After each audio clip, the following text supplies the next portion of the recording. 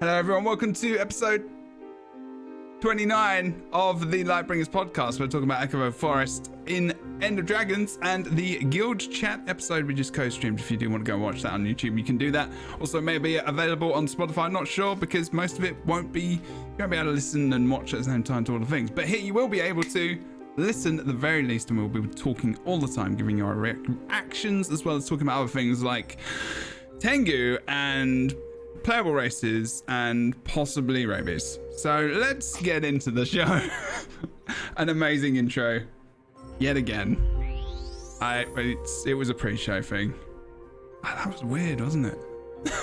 No, there was so much rabies mentioned during this live stream. I was really surprised. Gang violence and rabies. What's happening to our beautiful guild wars? it's being infested. Oh, It is. With so many difficulties and obstacles to overcome. Yeah. Rabies being one of them. Okay. Echovald Forests. Echovald Wild, sorry. We had a tweet earlier in the week telling us about the live stream, but also a trailer, which I may show as well, actually. I might stick it on the background in the moment, but this was the little blurb they gave with it. Venture into Echovald Wilds, I keep calling it forest, an ancient forest, I mean it is a forest, once frozen in time by a traitor's death whale. Who was that? The Kurzik people built stunning cathedrals among the petrified trees, and new growth is reclaiming what they left behind. I probably shouldn't have been the one to read that, but out of the three of us. But yeah, I'm very, very excited. Of course, Echovald Wilds was from Guild Wars factions. All the Jade. Thanks to a specific legend that is in the game right now in Guild Wars 2. I'm always conscious about talking about those kinds of... It was Tibble, yeah. He's such a legend. But he should be. We can talk about loads of Guild Wars 1 stuff and spoilers. That's fine. I mean, the game's 15 plus years old. It's okay. Yeah. But yeah, it was nice to see all of the stuff. It was about a 45-minute show, Guild Chat. We saw bits and pieces. If you're watching the video, Spotify now, you can watch the video live as well as listening, just in case, so you can watch it on your phone, wherever. And if you want to listen to it, you can do that as well. If you're elsewhere, Google, iTunes, and all the things, you can't watch the video, but you can go to YouTube or Spotify and you can do that as well. But yeah, so we're going to be showing stuff in the background as we kind of go through. Not much of the audio though, because we've kind of already listened to that.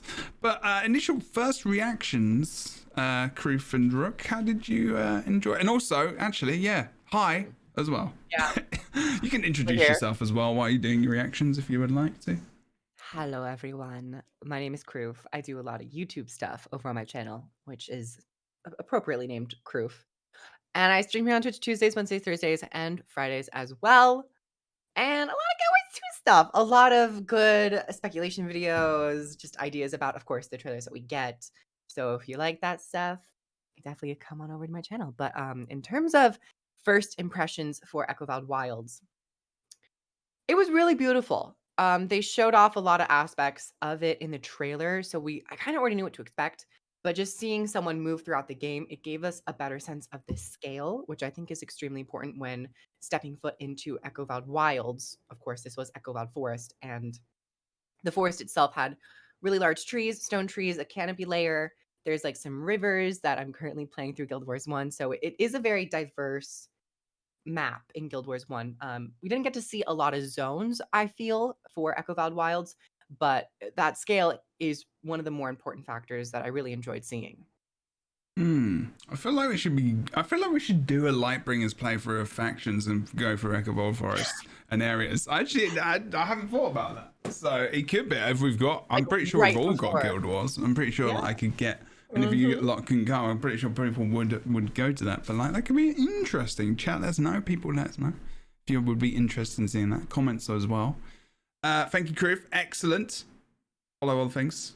Brooke, hello. Oh, hello. Hey, I'm Rook. Currently still Bird of Chess, so you can find me primarily on Twitch and YouTube at Bird of Chess. But like I've been mentioning places for the past month or so to help ease everybody into it, soon I'm going to be transitioning to a rebrand, so Rookery is going to be the new thing. So keep an eye out for that on socials and all that good stuff. But I'm a streamer, I'm a content creator, and you can find me just about anywhere talking about MMOs in particular, having big feelings about them, and very soon for the next several weeks, yelling about Tangu. And that's going to explicitly be what we're doing. Some hype for new expansions for both the MMOs I play, but mostly just yelling about Tangu. As to all of this, I thought it was beautiful. I mean, Echovald is such a distinctive look.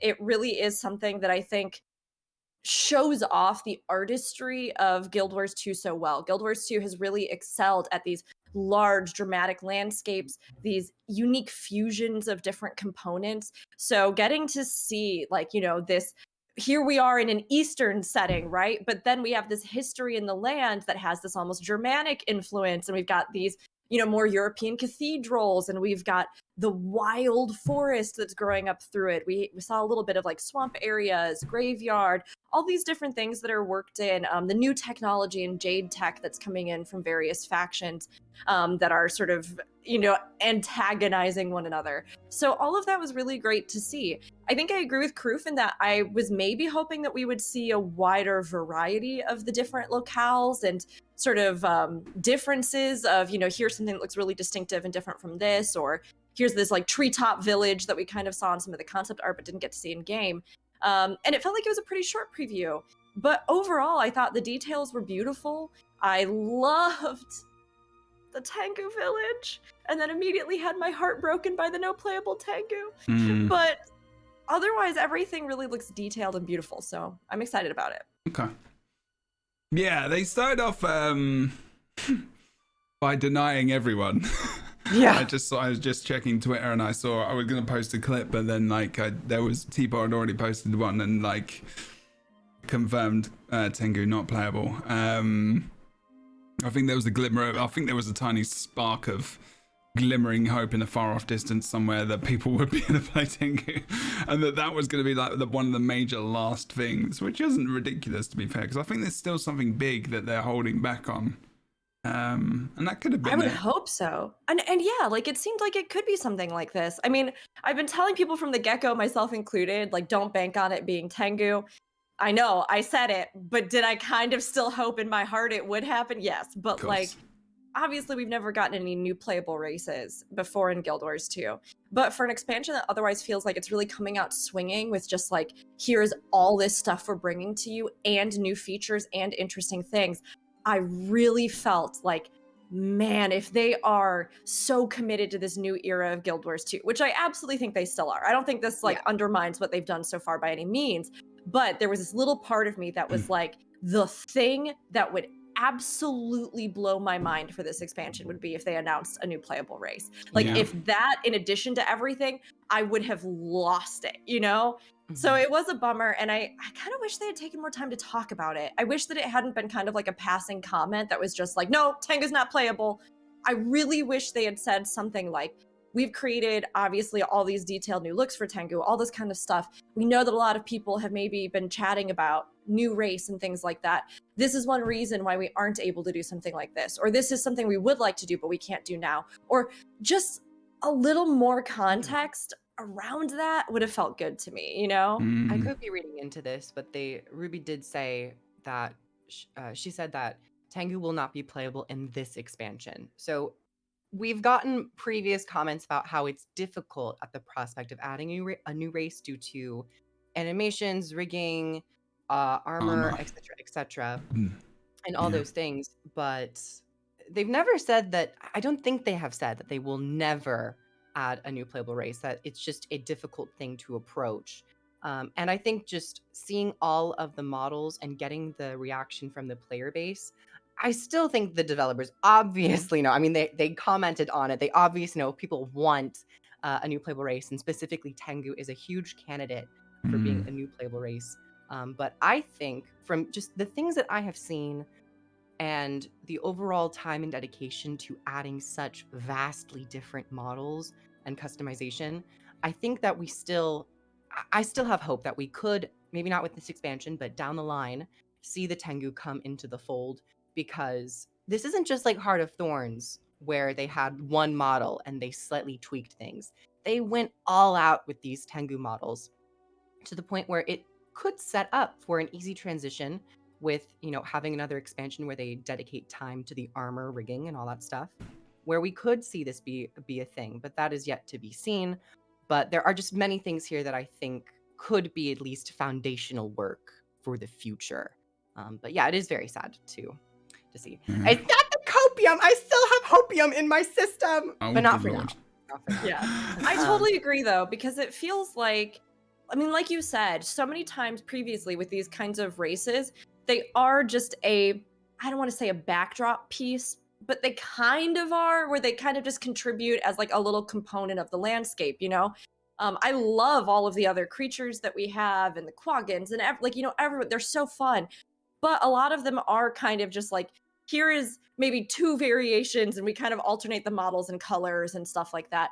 This really did feel like something like you said, Kroof, where they went above and beyond on these. Like even just watching today, we saw the one I thought was an owl at first, but then it kind of looks like a little, I don't know. It looks like it could be a little songbird or something, but they've just obviously it has this humanoid form with a weird round face and a little beaky. It's so cute. Yeah. We saw one that looked much more like an emu kind of deal, a little bit more dinosaurian almost. We saw a crane. We saw some that were a little bit more traditional. We saw the ducks, which I thought was incredible. Like there are so many different versions of these Tengu. Like you said, it feels like it's beyond just, we just made these to show that Tengu are slightly different here. You know what I mean? It felt like it Yeah. really was maybe them paving the way to have some of these assets in game, even if they couldn't realize it right now. So yeah, I'm holding out hope, but And even with the of course this could be explained in the game, but you would expect that the Tengu all look relatively similar based on that certain region. And these are like very different species of like real world birds that they're pulling from. Because like in Heart of Thorns, all the Quetzal looked very similar. But this is like you have the water duck, you have the crane, you have the other variations of avian creatures titles that I am currently forgetting. But there's so many variation that like in terms of lore, I would not expect that either. I would expect them to be a little bit more similar in their overall aesthetic, but they look very, very different. well, I kind of love that though with birds, because when you Yes. think about it, birds really are. I'm thinking it through my head, back through my nature knowledge.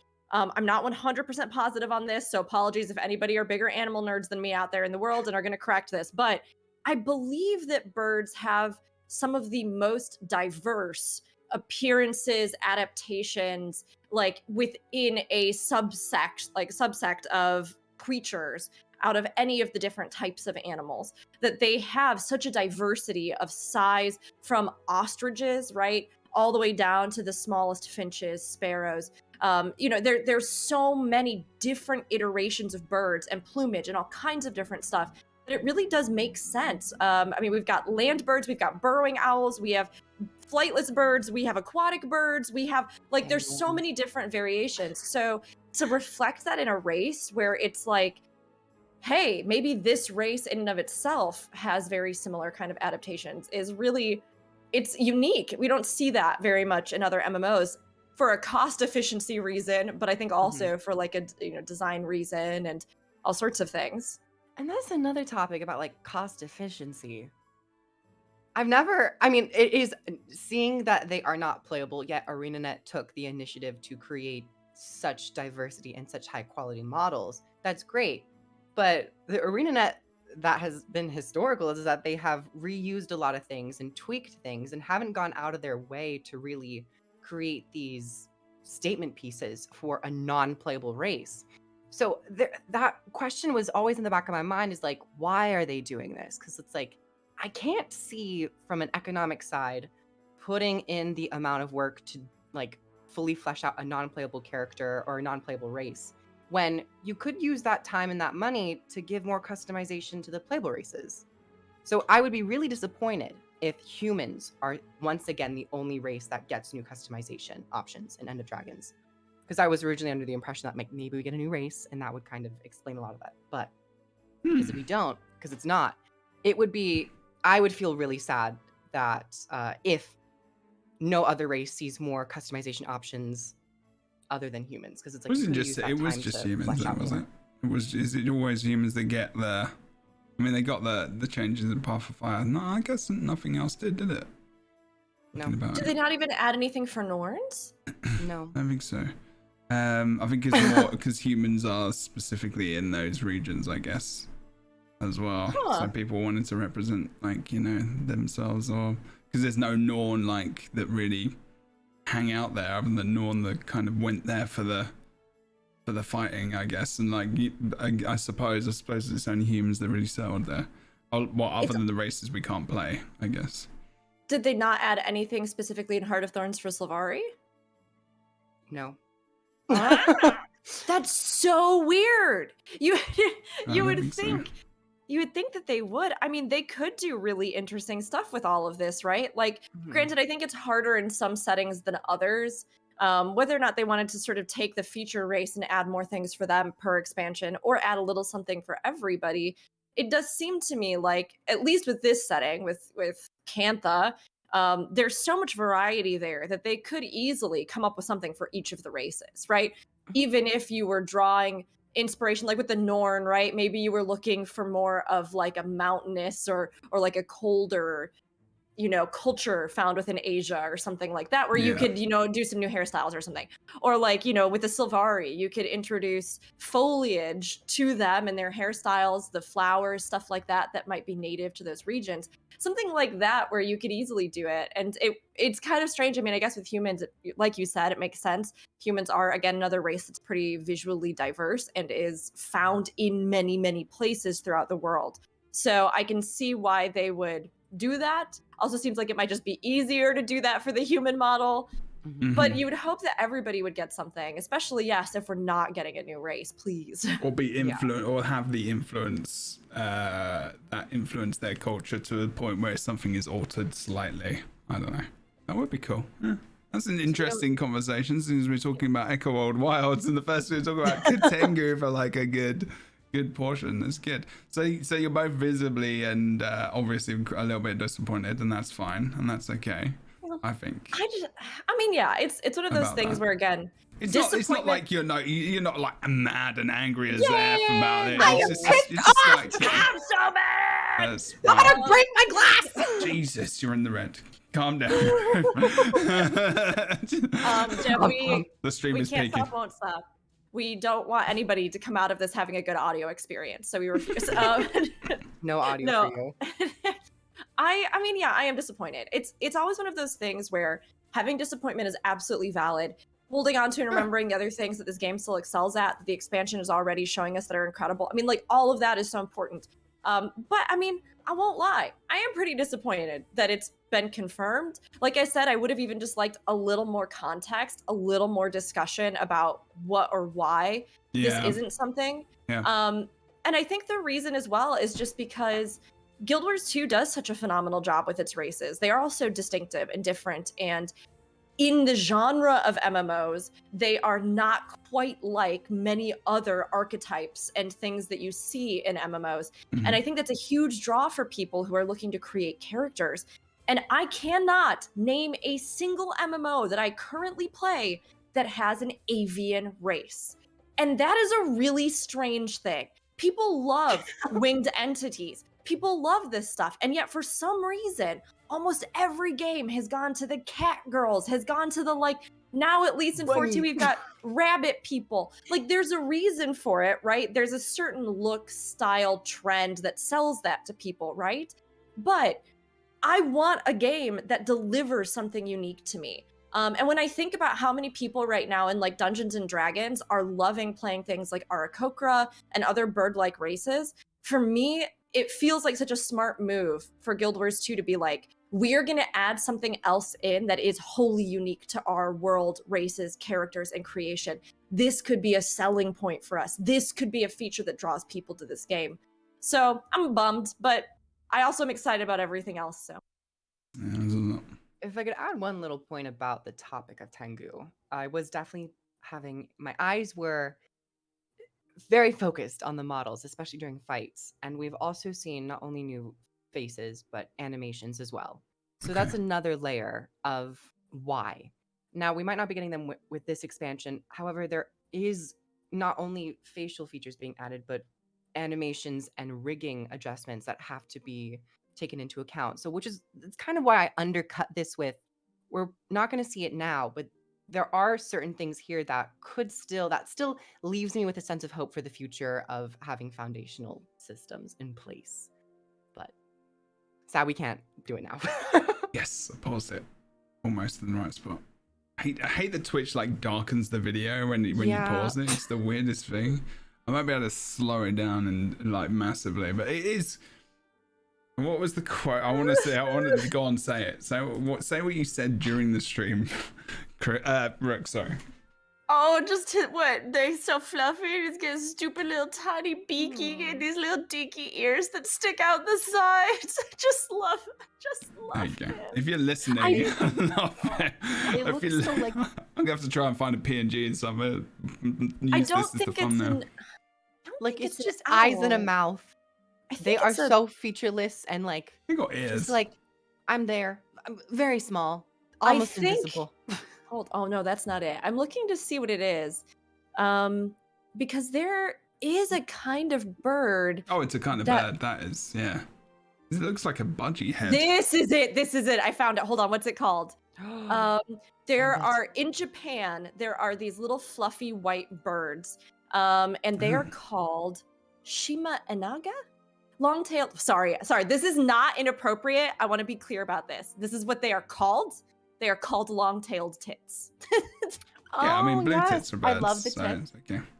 And there's a variation Look of at them the found. You see? There's a variation of them found in Hokkaido. Wait, what are they called again, sorry? They're Tangu tits. Wow, I actually just read that. They're called long-tailed tits. Shima Enaga. I think that's better. They're like a little snowbird. They look like little snowbirds. So these little white puffballs. And I'm pretty sure that's what this bird is based off of. They're so cute. There's also in Final Fantasy XIV a type of enemy that's based off of these kinds of birds, which is why I was like, oh. I looked up the wrong one and it says the long-tailed tit, also named the long-tailed bush tit. I was like, I thought it said bullshit. I was like, oh dear. We're going down the road here. I just love that there's like not a thought between those eyes, like head No. empty vibes, just living life. They're so adorable. I bet they're brutal. I bet they're violent as hell. Yeah, I bet they're probably actually violent just, and they're like expert strategists. They've got Just like, they're, collections like, of like dumb. heads of like their enemies on their walls and stuff, and they're just really cute, all sitting around having a cup Yeah. of tea at night, and Yeah. they're just like, oh, they're talking about their lives, and then you've just got the head of like a centaur on their wall or something. I Not that need you'd like know, a really but- dramatic piece of art that's like, like the white background and their white plumage, and they're in some sort of dramatic flowing like robe, and they're Yes. just soaked in blood. yeah. Yes. And they just don't know what's going on whatsoever, and they're just like, I know. Like the thing is that if they had just put in the exact same models for Tangu, if they had put the exact same ones in and been like, no playable Tangu, I would have been like, bummer, shucks, that's fine. But the problem is that they showed me this boy. Yeah. They showed me this boy with his vacant, empty head, no thoughts, cute face, black eye bulbs, tiny beak, adorable ears, puffy plumage. And I'm over here like, what do you mean I can't play him? What do you mean I can't make a character like this right now? Like, It's funny though, Yeah. because they are a little bit more kind of human with the head, I guess, and the arms. Let's have a look, because they look a little bit more. I'm trying to press play in OBS. That's not going to work. They look a little bit more like Kodans with heads that are different. If that makes sense, like with like Norns, which with heads. I'm trying to see a full-bodied one. I saw one and I was like, oh, that kind of looks a bit Norny. There you go. I don't know if you can see it. There's so many interesting ones. Yeah, that one back there reminds me of an emu. I don't actually know what it is. I would need to do more research. The one that has like the interesting crest. Oh yeah, someone And actually looks a little bit commented more that saurian. on someone commented that on my YouTube channel. I can probably find it. Interesting. That's a puffy boy. It is. They do look so good. Sorry. Oh my god. I'm sorry. I'm You're enhancing right. the listening experience again. Yes, I just love their little beady black eyes and their The little griffin ears. skin. I mean, they could easily put that head on the skin of one of the Oh, more cassowary. bone-like Nord. That could be a Cassowary. cassowary. Yeah, that's it looks like a cassowary. Devil And there's bird. the duck. That I also one's think the quite ducks good. are beautiful. I really love the colors in their feathers. Yeah, there's. It's just interesting, like the mounts, everything, like it's the whole place. Like I don't know. Normally I'm not like. I mean, with Guild Wars 2, like for me, like playing Guild Wars 2 was all about the combat and everything at the beginning. For me, it was all about that. It wasn't really about the story. It wasn't really about the world. It wasn't really about. I mean, it is essentially. I mean, I liked playing MMOs for many years, but like the combat and the PvP and all that kind of stuff, or it mostly took lead of that, I guess. But like Guild Wars 2 has really got me more into, I guess, the world and the exploration and the story more, because I think Guild Wars 2 is very much centered around that kind of stuff when you are in those regions. So you're doing hearts, and map completion actually is rewarding and engaging, and then you want to just go around these different places. Like I remember, still now I'm doing map completion. I might do some after the podcast as well, and you kind of wander into these different areas, and you're just like, there's just one like point of interest here, and you're like, whoa, there's this big beat here, and you're like, this is just cool, and there's just this awesome lion, and it's just pretty awesome. So I'm it's got gonna me into cry. it. Oh god, what have you done? Hat Shaman just posted a tweet about the Tangu situation, and that I'm gonna cry. Calm down. They were actually doing it as a playable race. They were rigging it. They were rigging it with armor. Oh no, you shouldn't have tweeted that. Oh. That's so bad. There are sometimes like. Well, I don't think Yeah, it's but that. the thing is it that, adds fuel to the fire. Yeah, but It adds the fuel. thing is that if Ruby and that lot were like memeing and joking about it, and there's something in later where it's just like it does come out during like a later thing, like then that's like a big surprise, and that's cool. Whereas if now like Shaman's had, this is why I'm not a big fan of data mining. I never have been. It's the only reason the data mining during Path of Fire was good because we didn't get any information. Like they gave us nothing. They gave us no excitement as content creators at all. Well, it was leaked. I mean, yeah, well, that's why it was leaked, because they, Yeah. I don't feel like even they agreed with it because of different management back then. But like, I'm not saying that's a good thing. That's something people should do. But that, I mean, officially, that feels bad actually. That's even something that I'm not blaming that on Shaman, because I don't think that it is a secret. I think when they say things on the stream, it's not to misguide us. I think they are just being very genuine and saying that. Oh we're no, not no, getting yeah. But attention. sometimes they've done it to be cheeky. I mean, but the thing is No, like because- it doesn't. If the thing is like I get that data mining inherently devs hate it. They hate it so much, and there's a very good reason, because it spoils it. And also later if you do want to add something that you've changed your mind on, it doesn't leave you with any of that kind of like what if kind of thing. It's there, it's out there somewhere. It's like, we were doing this thing and we stopped doing it, and it's like, we didn't have to know. I think sometimes it's just good to, it's just a personal opinion, it's sometimes good to know that was like, okay, maybe, I don't know. Though this doesn't, it's now more of a fresh wound, but I will say that we did get confirmation that Tangu were supposed to be a part of Core Guild Wars 2, but they scrapped it last minute.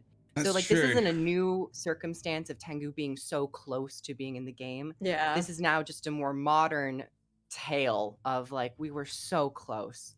But I think that once again, now that we have these ideas, and of course with the data mining of it all, I do think that there is a really big possibility that we will see Tangu in the future. And I don't think that this will tarnish that announcement.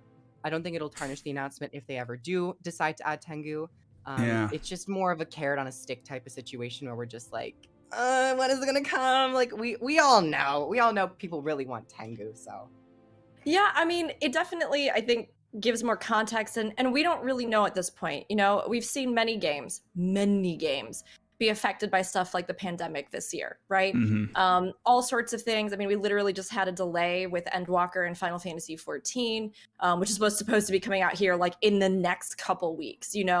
We've seen other games that have had delays.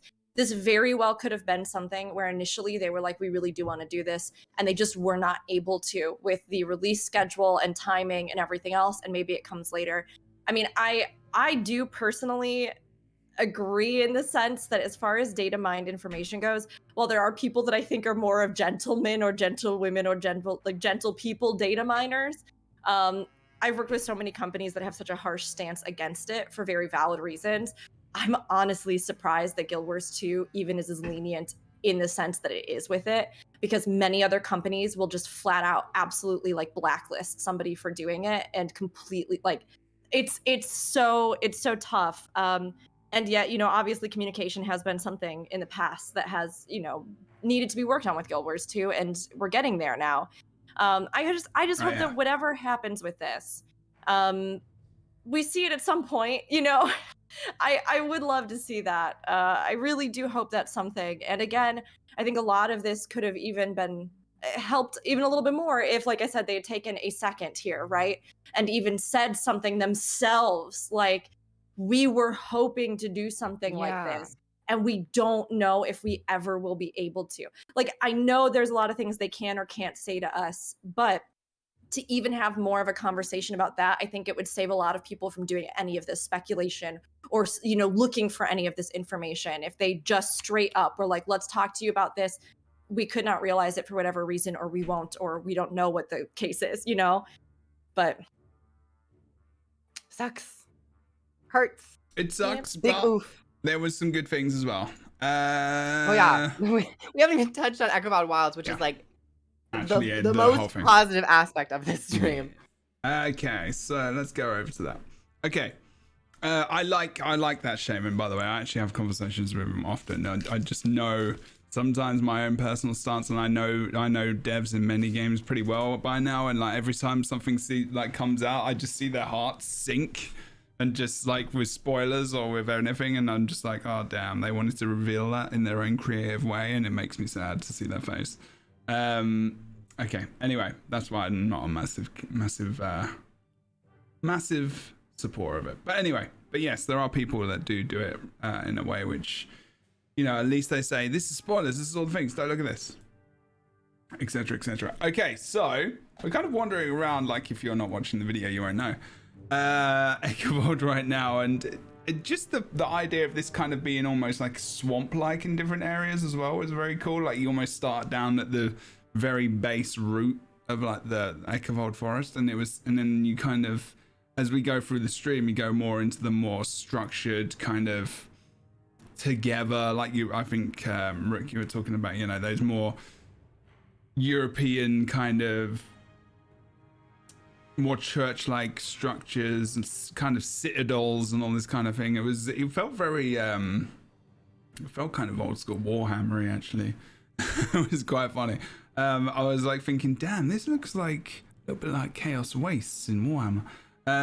But it just, I think overall I'm liking just, and it does feel a little bit hard Thornsy, and this is something I wanted to talk about. Like the combination between kind of Heart of Thorns, maybe Path of Fire. Is there a feeling that they're kind of doing something they've done before but differently? Like, I'm just wondering what you're thinking in comparison. Maybe, I know we've not seen much of the map, but just looking at it visually as they run around, what comparisons can we see between like this and Path of Fire or Heart of Thorns?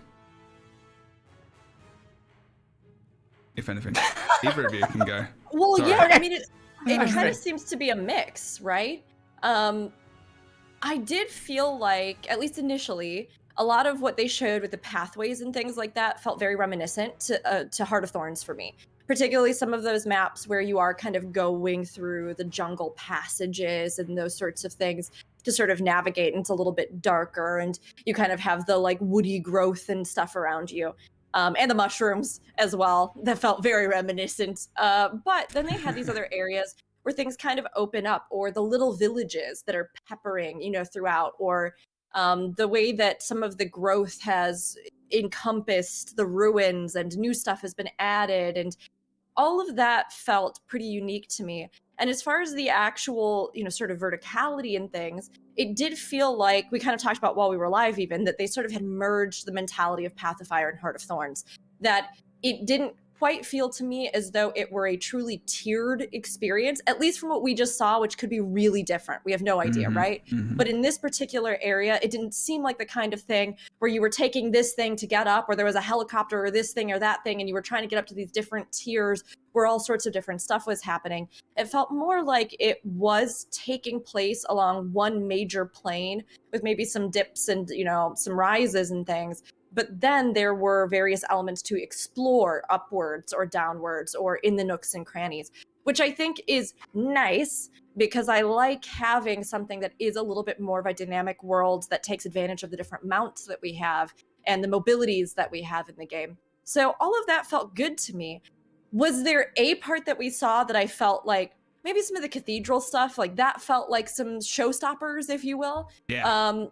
But it really feels like to me they were holding back the main breathtaking spots of this map, if that makes sense. Is that good? I kind of feel like. Oh, are you asking if that's good? Yeah, no. Is that a good thing to do? Was that a good thing to do when you're teasing things? It's not. It's just a question. I'm not saying I agree. Like either way, what the answer is. So I think I'm just asking a question. No, I mean I think so. Honestly, especially in a game like Guild Wars 2, where map exploration is a major and fundamental thing that you do in the game. So it felt to me like they really specifically picked. For the final thing, we were looking at the place where the Kurziks had their home, their base, right? And that to me felt very much like this is something we have already seen in Guild Wars 1, but we want to show players how the landscape has changed while also establishing with them that nostalgia will be there for those who want it, whereas new players will also have their own new experience with this. So it felt like a very specific thing they chose to do, which I think is good because I want to make those discoveries myself. But I do think maybe we could have gotten just a little more of a teaser, just like a little bit more, just a teensy bit. There were definitely some areas in the trailer that were not shown off, which were like, I wanted to see more of what that was. It did feel like, similar to Xingje Island, we only really got to explore Seitung Harbor in Xingje. Yet, of course, we know Xingje, motors are going by, Xingje is so much larger, and there are probably a lot of cool assets that we have yet to see in Xingje. And I feel like with these previews, they are being maybe slightly too cagey. I do think that they did show off some really cool pieces with the Dragon Jade. I think that was probably the most interesting. We saw new models of mech and new Dragon Jade creatures, which was really awesome to see. But with that being said, we saw it in the trailer. And I don't feel like with any of these previews that I saw something that I was like, oh, we never saw that before. And I want a little bit more of that.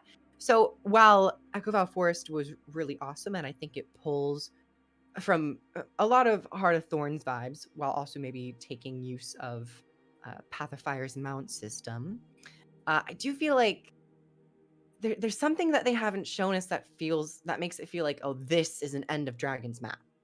This is specific to End of Dragons and feels like a core place. So I don't know if it's just that what they decide to show isn't the most breathtaking, but I do feel like they could maybe let go of the reins just a little bit, because they hid the mini map as well, which kind of like gave us a weird sense of scale.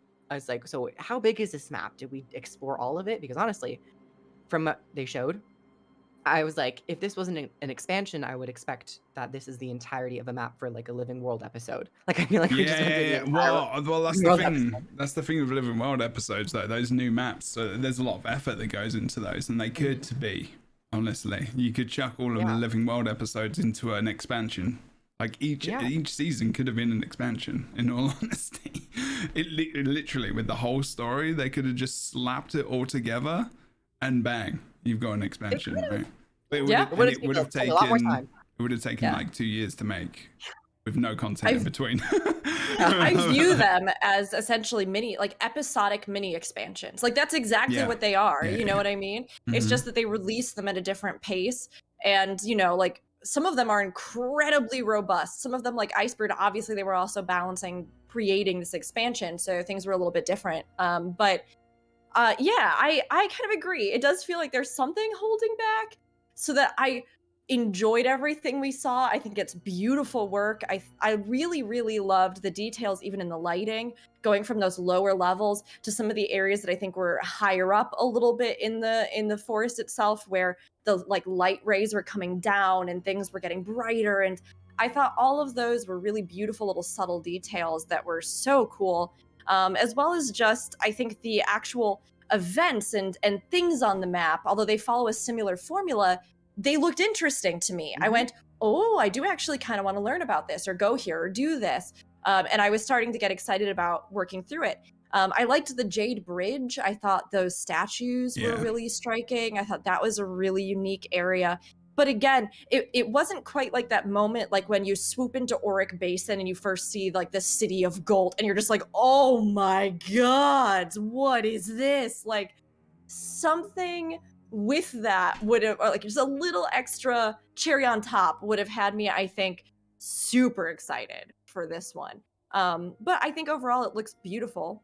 And I think that the combination of architectures and details there, and the concept art that they've shown, which we didn't even see all the locations of, there was stuff in there that looked like it could be some of my favorite stuff in the game. We just didn't quite see all of it, you know? Yeah. Another thing about this preview is, I know sometimes camera is a very specific thing that people might not think about, especially when you're just playing the game and you find a way that you play it. But I feel like the field of view was like kind of middle ground, so we couldn't really see much of the map. But they also position the camera like it's oftentimes very like downward facing on the character, and I feel like that doesn't do Echovald Wilds any service because the trees are so massive. And I would have liked to have seen the camera be panned up a little bit more, or to have more of a closer shot with the character. I know this is a very specific topic about like cinematography showing off a game, but I think when you're showing off just the map, it's something that needs to be a big thing to think about. And I would Yeah. have liked just to see more like up shots, Vistas. even view a vista. Yeah, Show a vistas. vista. Yes, that's such a good point, because even when I'm just doing stuff like that on my stream, or I'm capturing footage for videos or whatever I'm doing, right? I try to pay attention to where I am, what the approach is, what makes for like an interesting dynamic angle. Sometimes I'll toggle on RP walk if I want like a dramatic sweep. Sometimes I'll go first person, and they did that a few times during the stream.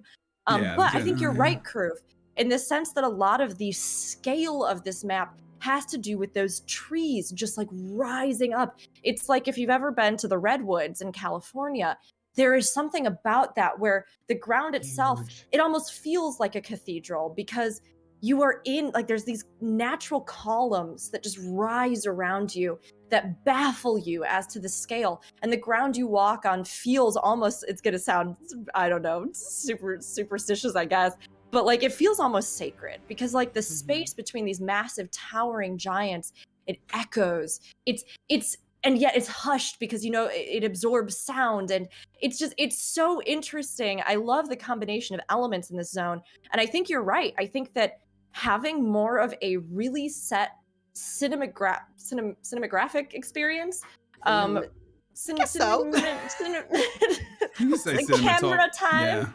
having a Camera better time. camera time, where they had like really worked out specific, here is the route and the sweep, as opposed to just kind of like, I'm just going to run through the zone and maybe I'll get knocked off or fight things.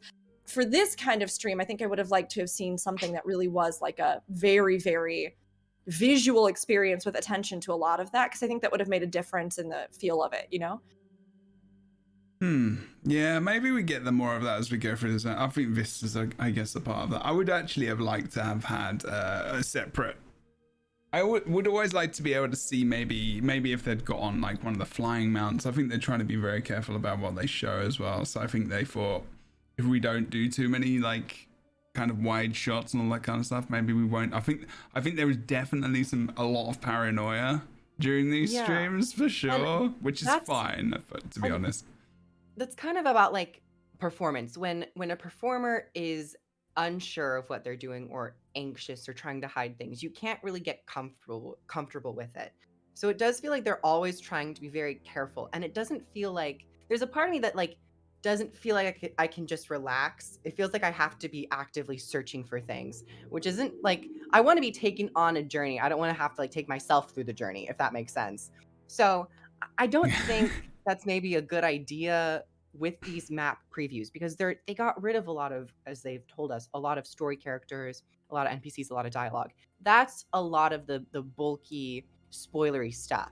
Just seeing some things without some context, while it doesn't have necessarily spoiler ties, I think it's a smart thing to do. At least get people visually interested and be like, and get people talking about it. So I don't know. I feel like don't do previews if you're like not, if I don't know. It's kind of a weird middle ground, because it's like I respect the fact they don't want to spoil things, but also it's like, if you're not going to show it, just show a preview teaser trailer. Don't do a live stream. I did really. Oh, go ahead, Jeb. No. Go. I was gonna say, I mean, I agree with that. I think even if they had like a video where they had recorded those specific sweeps of things they wanted and they were talking about things through it, even something like that would be fine to me. I don't know if it all has to be live gameplay. You know, I mean, showing that off is important. But even if they were setting these shots up and saying this is on our gameplay, like this is in the engine, this is, you know, even if they were doing that, but they really specifically were giving us those sweeps, which I guess we get with the trailers, even that would be fine to see more of that to me. One thing I did really love, though, is the fact that the creatures on the maps were really interesting. Like the new Kirin, oh, they're so beautiful. They're gorgeous. Again, like we've seen with a lot of the monsters, so much detail on their models, which I really appreciate. There was even a kind of like, I'm not sure what it was, but it sort of looked like a hybrid between, is it like the African creature that's like is it a kudu? It's like this sort of, it's sort of this like russety color, and it has these sort of white stripes. There was something that kind of looked like a strange hybrid creature that was almost kind of like a warthog combined with it, that had these stripes and things. I like seeing new animals, entities, all that kind of stuff. And obviously the Tangu designs, which we talked about, which for me, funnily enough, were the real thing that knocked it out of the park for me in this one. I loved the different varieties of Tangu. So those details to me, even like the details on the golems in the, you know, Jade camps and things, that really, really, really caught my attention. And there was so much work in that I was looking forward to seeing more of how they had populated this world. I think some of the, look at the creature at the end of the end of that trailer. That's what I wanted to see. I was hoping we would see this. Where is it? It looks like a big. It looks like warden. A huge. Is that warden? It's a warden. I think people are kind of like honed in on that. Looks to be the Guild Wars 2 updated model of what a warden is. And we did see 2 variations. It looks, and like we were talking about, like probably, you know, an untamed would be if they, you know, an untamed forest would have worked well with that, and the untamed beasts and animals and pets, and it just like, you know, they missed it out there. They did miss out there, I think. I'm not gonna lie. Don't lie to us, please. I'm not. I'm gonna be really honest. Tell me lies. Tell me lies. Little lies. Now we're getting in for songs now. I'm actually kind of bitter that. Oh, bitter Betty! Oh, careful, salt. Watch out. I know. I'm sorry. I usually try to avoid it a lot. Wow. But I'm actually the only time. Clip it. I know. Sorry. This is a rare moment. I'm bitter that you don't get some kind of growth like that when you're using Untamed. I literally think that would have been the difference for me in the entire aesthetic of that class. If literally, like, even if it applies over your armor, we've seen this in Guild Wars 2, when you switch into different shroud forms or different things like, you know, Celestial Avatar, they warp or change the models sometimes, right? Like, if they had literally had these antlers or this, like, you know, your eyes even glow gold like that, or you get this like gnarly wood growth, and then every other thing about that class had been the same, I probably would have been loving it. I would have been like, there it is, there it is, there it is. Because then the roots all make sense with the aesthetic. Then the little toxic spores all make sense with it. You get that tree feel. But the fact that like that doesn't happen, and yet we just saw the models of those entities, like in the map, we saw them in the trailer. I'm over here just like, Now, Guild Wars 2, come on. Like, please, I beg you. The wardens are just badass, and I agree. I think that would have been a lovely touch to an elite spec that supposedly has a lot of ties to Echovald Forest. I didn't see a single fart cloud in Echovald Forest. Did I miss something? Maybe they got rid of the cloud. You just don't know. Perhaps. We've all been talking about the fart cloud for so long that ranger mains are just like, what do I do with my life? And they're now all mechanist mains. They're just like, True. finally, we can manage our pet properly. It's just one. Rude. The fart clouds on this map were a spoiler, so they had to remove them for the preview. Yeah, actually, they're not fart clouds anymore. They're something else. They're just like, we removed the clouds. They're not now. They're more ominous than fart clouds. Mhm. But I agree that the models for Echovald Wilds and the creatures that we encounter was definitely one of the bigger selling positives for this preview, in my opinion. So the wardens look really cool. I did see a second model for a warden. It looked different than the one that we saw in the trailer. It was a bit more of like the spellcaster, just a little bit more like brambles all around. Yeah. So there is slight variation between them. Which will be lovely to see, as there were, I think, like 2 or 3 model differences in Guild Wars 1 with the wardens. Yeah. So I think it's just awesome having a little bit more variety. This golem that we're seeing on our screen right now, very similar to the Mechanist golem, obviously, the Jade Tech Mechs, which is, probably what we're going to be calling them more, even though they're kind of golems. I was just looking at this and thinking, I mean, that looks pretty cool. I was like, actually, I kind of want this, to be honest. I was wondering just about skins there. I was like, I wonder if there is going to be a skin thing here, because if there's different kind of mechs and stuff, I'm just like, I mean, I know they have to change and add bits and bobs because, when you change one of the mechanist straight lines, you get different kind of add-ons and stuff, which is cool.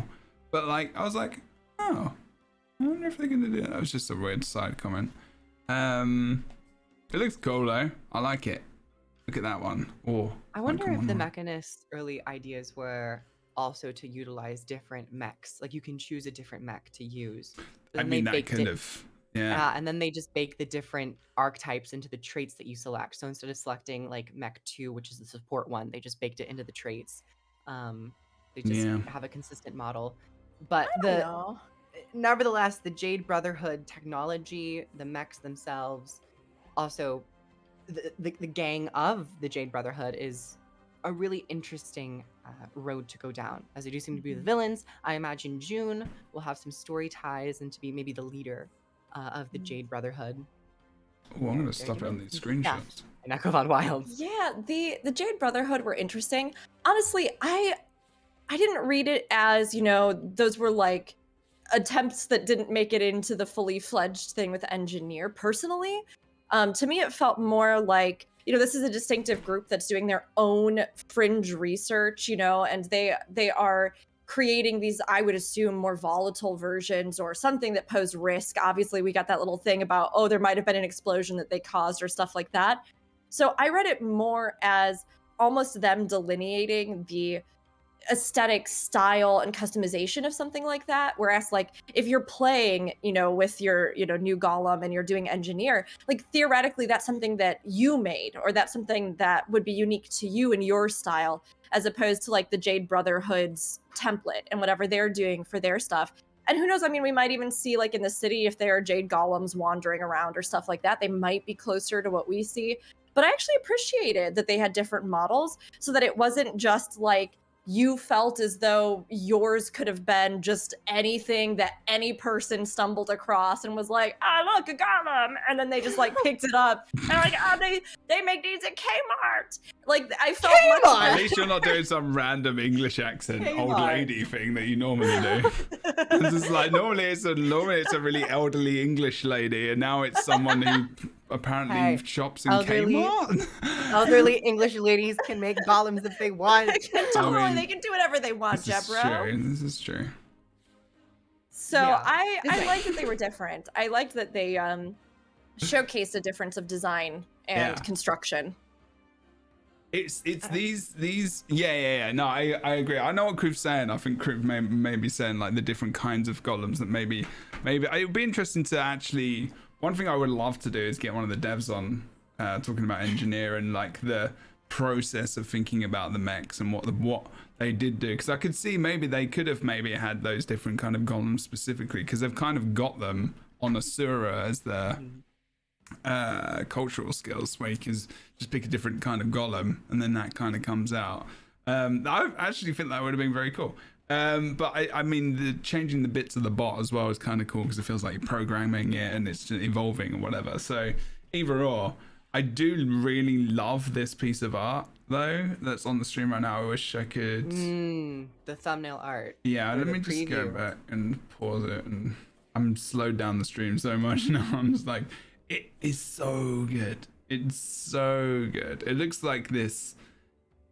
Is it golem there? I don't even know what that is. I mean, that's just rock, isn't it? Or is it? It kind of looks like legs, but then I don't know. I think there's some sort of automaton-esque vibe to it. Yeah. But once again, Echovald, there are a lot of gargoyle statues with the Gothic Kurzic architecture. So it could be it, but I like to believe that it's a broken down golem that was recently killed by the player that's standing on top of it as its heroic victory pose, looking out into Echovald Wilds. These kinds of scenes are the ones that I would like to see played out in the game more. So you see, you kind of got this skiff, or it's more of a, it's not really a skiff, is it? It's more of a yacht or some kind of small. It's above a skiff, I guess, but because it's got a sail. But like, you know, these kinds of, the feeling of this big, vast, wide, massive area where, you know, where the art sometimes goes a lot further than the game. And obviously I know that, you know, concept art is different to what you can actually create. I think sometimes I'm just like, damn, I kind of almost want it to go that little tiny bit further, just that tiny bit further to like, I mean, I know we're not in the game, we saw so much of what we did, but I think sometimes on like the vastness and the amazing epicness that we see from a lot of this art, sometimes I do feel in some maps, but you know, I'm hoping that that's what comes. I mean, look at this screenshot, for example. Yeah, this made me think about Alien for some weird reason. I don't know why, but like, or maybe the one of the later ones where they go onto one of the planets and they find the aliens, like, you know, the newer ones that are crap. But like, just in my opinion anyway. But it looks so awesome. I mean, look at these trees. Look at the, like, well, I don't even know if that is trees. I don't even know what that is. I mean, roots? Giant aloe vera plants. Yeah, maybe. I mean, they look like they could either be roots or like stone structures, kind of like how, well, I guess that would make sense, right? Because the forest was supposed to be petrified. So it gives that same feel to me of either like places where, you know, water had dripped down, creating things like stalagmites, stalactites, or roots. Is it the banyan tree? No, what is it? Bonsai? Mangrove trees. There's those trees that have the exposed roots that go down into like the water, and they have a very similar look. Those to are that. The trees that were in the game footage. Mangroves. Yeah. So to me, I get that kind of sense. But I think a lot of that, Jeb, is honestly because we have these incredible set pieces, but it's kind of like we were talking about earlier. In these sorts of photos, you have the luxury of having a dramatically and artistically arranged moment, right? A really specific thing that shows the scale between this figure and this thing, and the light and the color play and all this stuff. This idea, this feel of sweeping down the river or passing in the middle of this ancient wood. But I think this is one of the few areas where not having fully fledged cutscenes in this game can sometimes undersell the set pieces they're working with, if that makes sense, right? You can create your own impressions of these kinds of sweeps. You can do your own cinematographic journey through these sorts of things. But when you have something like, you enter and you're passing through this cave, and then it goes into a cutscene and you see your character arranged as you go through there, and the camera pans and it like does this whole thing. That's where you get these kinds of moments. And that's the benefit of something like having cutscenes in the game. Now, Guild Wars 2 took a more active, immersive approach to the driving action being the thing that you're always kind of immersed into, so that we don't get as many of those lulls or breaks, which is really good in certain regards. Hmm. But I would really love it if they, outside of just the vistas that we had, right? They actually put stuff in where when you came to certain areas or reached certain quests, you did have something more like these cutscenes. Yeah, Um, What they about did like? it with yeah. Lion's Arch. When you first go into Lion's Well, Arch and you yeah, learn Mhm. cutscene. yeah. I What, would the actually new like to one? see a little.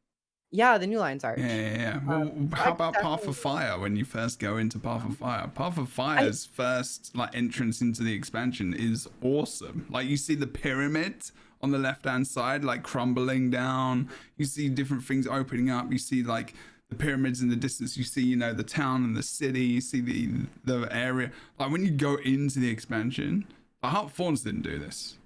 And just go for Not it. as But much. it's just like a little kind of cutscene thing, but it's not much. I think it was the Silver Waste to Heart of Thorns. I can't remember actually. But like but that in every single map, like from now, would be cool. Like, or even areas, like you say, you know, you walk through like this brambly kind of more small, like really kind of claustrophobic area, and then suddenly something opens up, and then there's like the camera just like zooms right out, like really really quick, and just suddenly you see your tiny self in the scale, like much like the picture we see now. I used to be cameraman. So like that kind of stuff I love. And it's just like, you know, those kind of moments, like they do feel like they're missing something. I know the vistas, like you say, you're saying you take more of an active role in doing that, and that's kind of what the vistas are, I guess. But like there's definitely, like you said, there is that feeling that's something they could kind of do. I could see that come with story steps because during the first live Hopefully, yeah. stream, we saw a cutscene where it was just June and this other character talking, and they seemed to have fully mocapped a cutscene just for that story beat. So I think we could be seeing the personal story of the expansion be slightly more cinematic.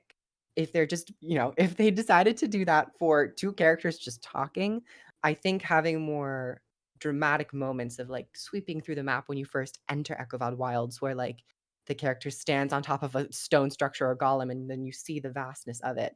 That's another thing with Echovald Wilds. The one screenshot, which is the thumbnail, seemed so like spaced out, and the trees were so like bulky, and it felt like maybe a little bit too claustrophobic for the preview, but that's another topic about the overall structure of it. But Just these bit the I would like to artwork. see these. I would like to see these more cinematic entrances be in the story at Mm. least. This art is so good. This feels more like this is a different style actually. Yeah, the light one that's like really bright and vibrant. Yeah. I really, really love this piece. It almost feels like human or like Central Tyria art direction, where like Mhm. it's a mixture of like human aesthetic and maybe like Sylvari. I was like, oh, this is Echovald Wilds because like the gothic stuff and the stained glass. It looks really nice. Yeah. Yeah, Trying to I move want it. to see something with that. Like, I want to be able to go into one of those settlements. You know, they mentioned that apparently during the Ministry of Purity and what happened, right? They reclaimed a lot of these places, and that like the Kurziks and groups that had called a lot of these places home uh didn't really have like claim of that land anymore, which then caused, this shift in who lives where and how the populations were dispersed and how people related to this region, right? Like, is this my ancestral homeland, or do I not feel that connection to it?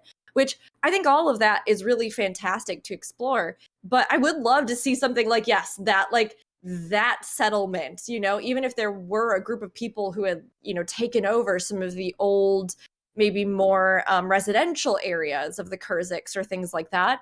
I saw in chat too, Lothlorien. It feels very much like that, right? That sort of Western high fantasy that we do see, like you were saying, in some of the more traditional human areas, which is another really interesting and unique thing, right? Like, where does that come from? We were musing about this during the live stream. Is that because that somehow was like part of the original architecture of the gods and humanity when they were brought to this planet?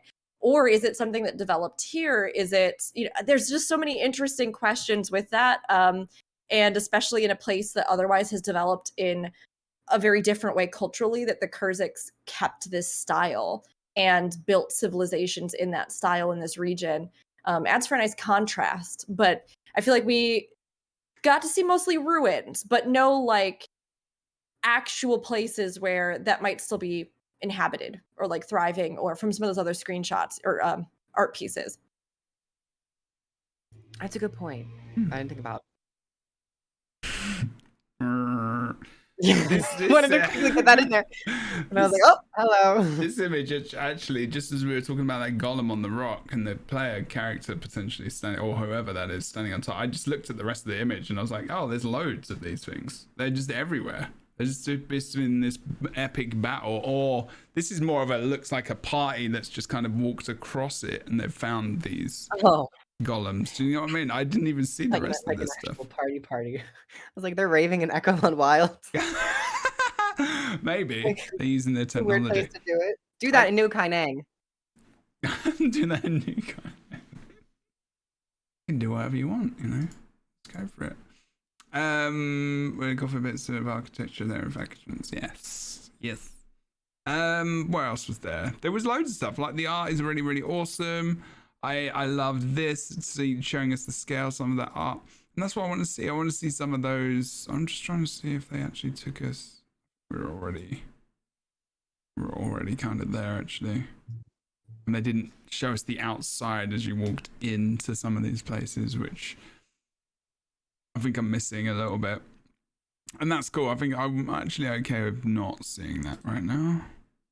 There we go. Okay. But they've definitely got the old... I mean, I don't... Oh, the Croper village is under attack. I do like the...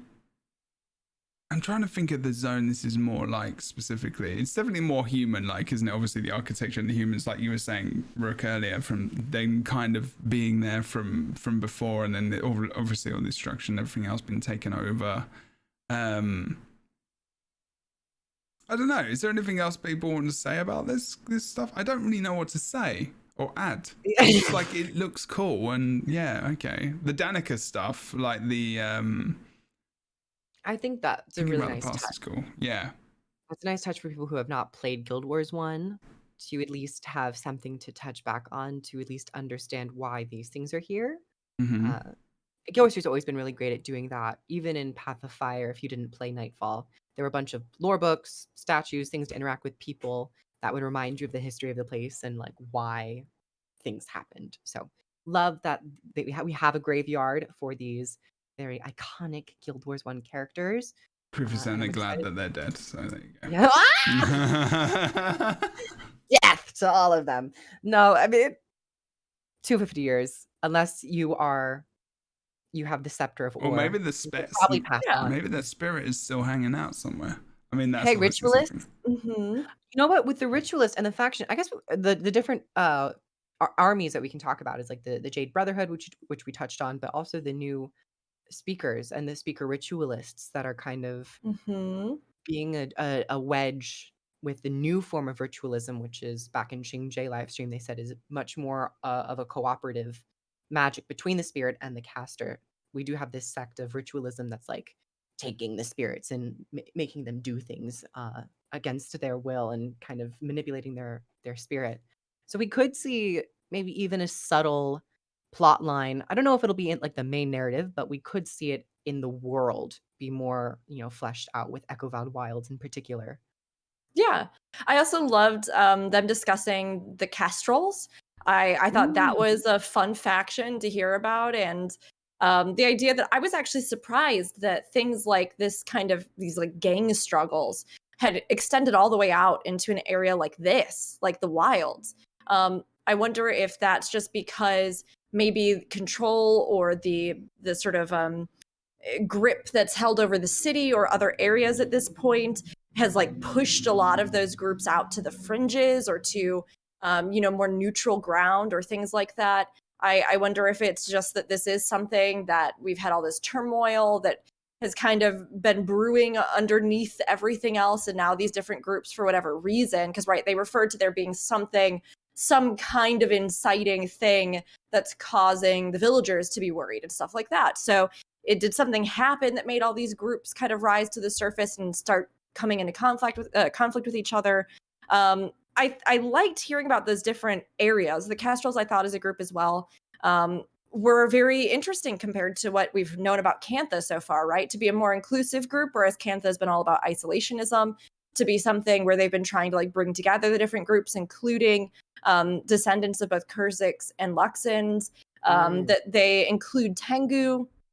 All of that I thought were interesting little details within this landscape that we didn't touch on, but I was like, yeah, it seems pretty cool. It seems pretty interesting. We're kind of like, at least on Jabro's live stream, we're kind of in House to Heltzer right now.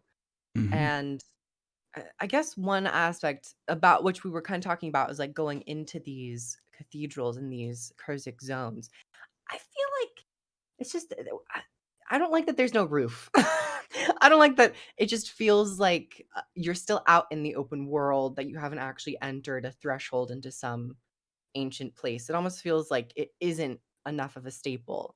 So I think, I don't know why it's such like a very small topic, but I think having closed off areas is very important to like break up the map as well, and to give you a sense of where you're at. So little thing I really love the ruins of it, and of course over the years you would expect some Oh, like dilapidation. kind of in the art we got as well, like where it's more like you're in a tree trunk kind of thing, and the build. Yeah, no, I get that. I get it completely. I don't know if we've looked up much. I mean, like you say, yeah, I think you are pretty much in the open still. Yeah, that is very much a Guild Wars 2 thing as well. Funnily enough, it's weird.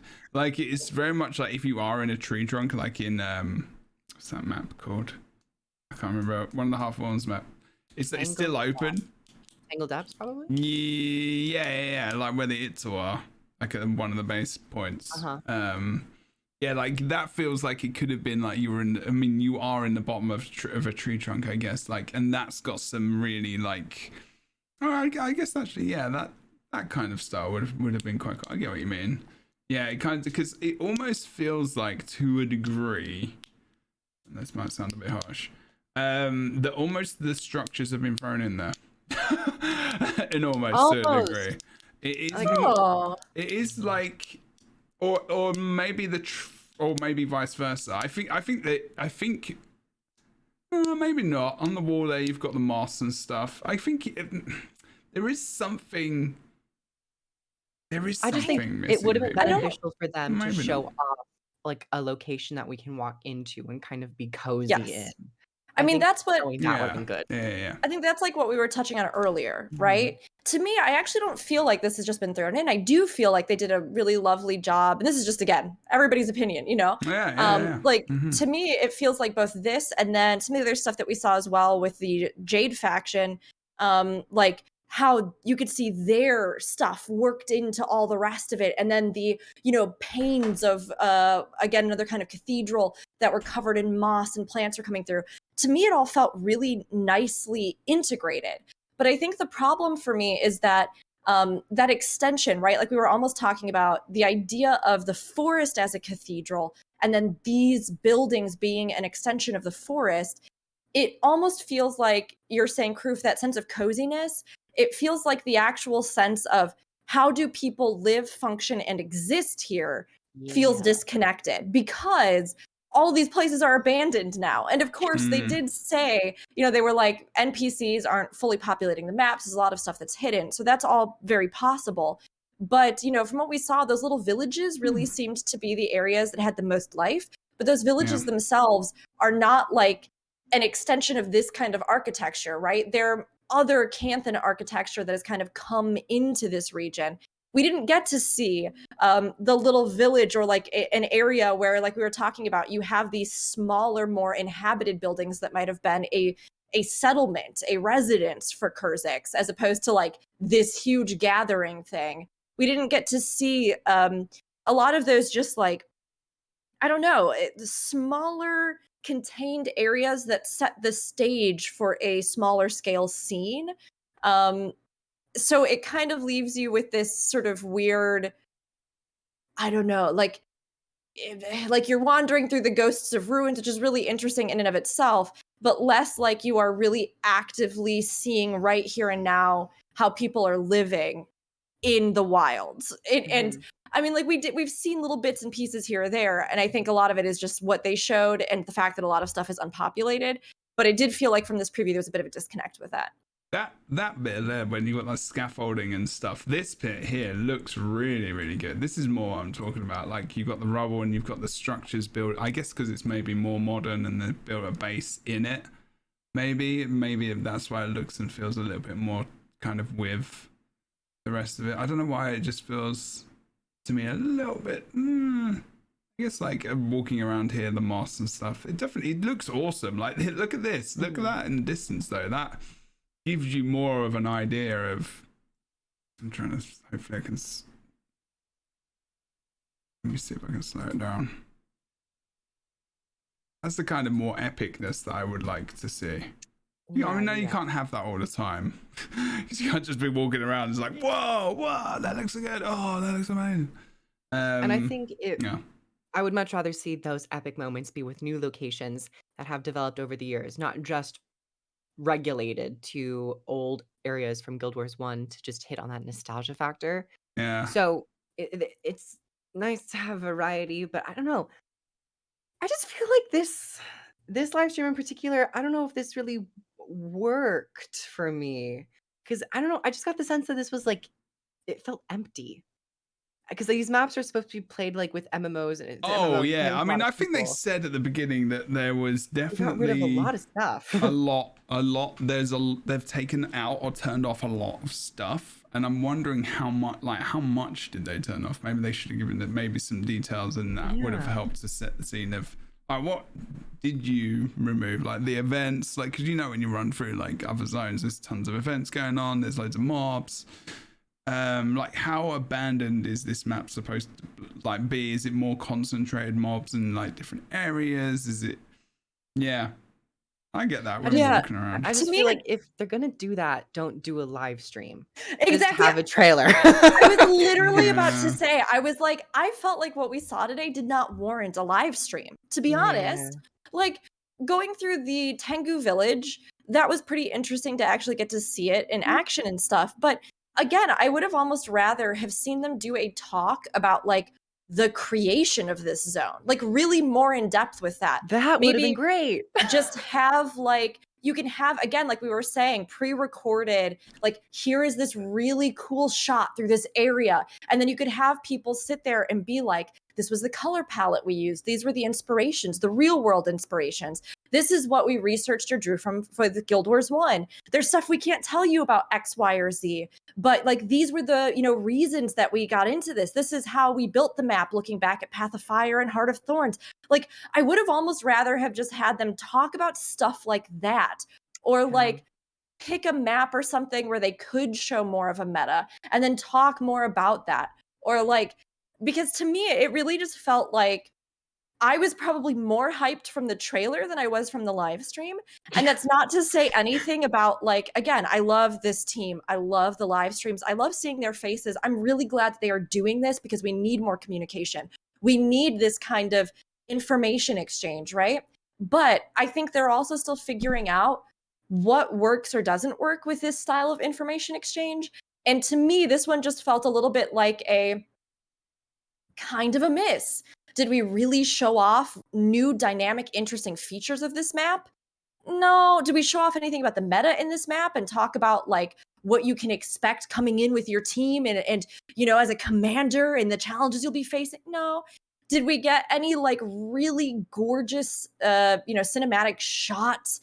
A few here or there, but good. like yeah, like this one is really lovely, but again, I think that they could have honed in on any of those areas and then like more streamlined around that as opposed to just kind of doing like and then we're going to plunk somebody on the map and have them kind of run around and maybe talk a little bit about lore. I would have liked to have seen it be a little bit more of like a pointed directed thing that really was either more of a talk or more of like an orchestrated, beautifully executed showcase of visuals and interesting things and levels. And so to me, it was kind of like, I don't really know if we needed this one to be a live stream. You could have probably just extended out the trailer and I would have been fine. Yeah, I would have liked to have seen like maybe a party of people, maybe even alpha testers or whatever, like kind of just playing through some of the content, or playing an event, or even just like someone getting their skiff out and going fishing with a party, like, and just seeing those interactions, what that looks like, even just from a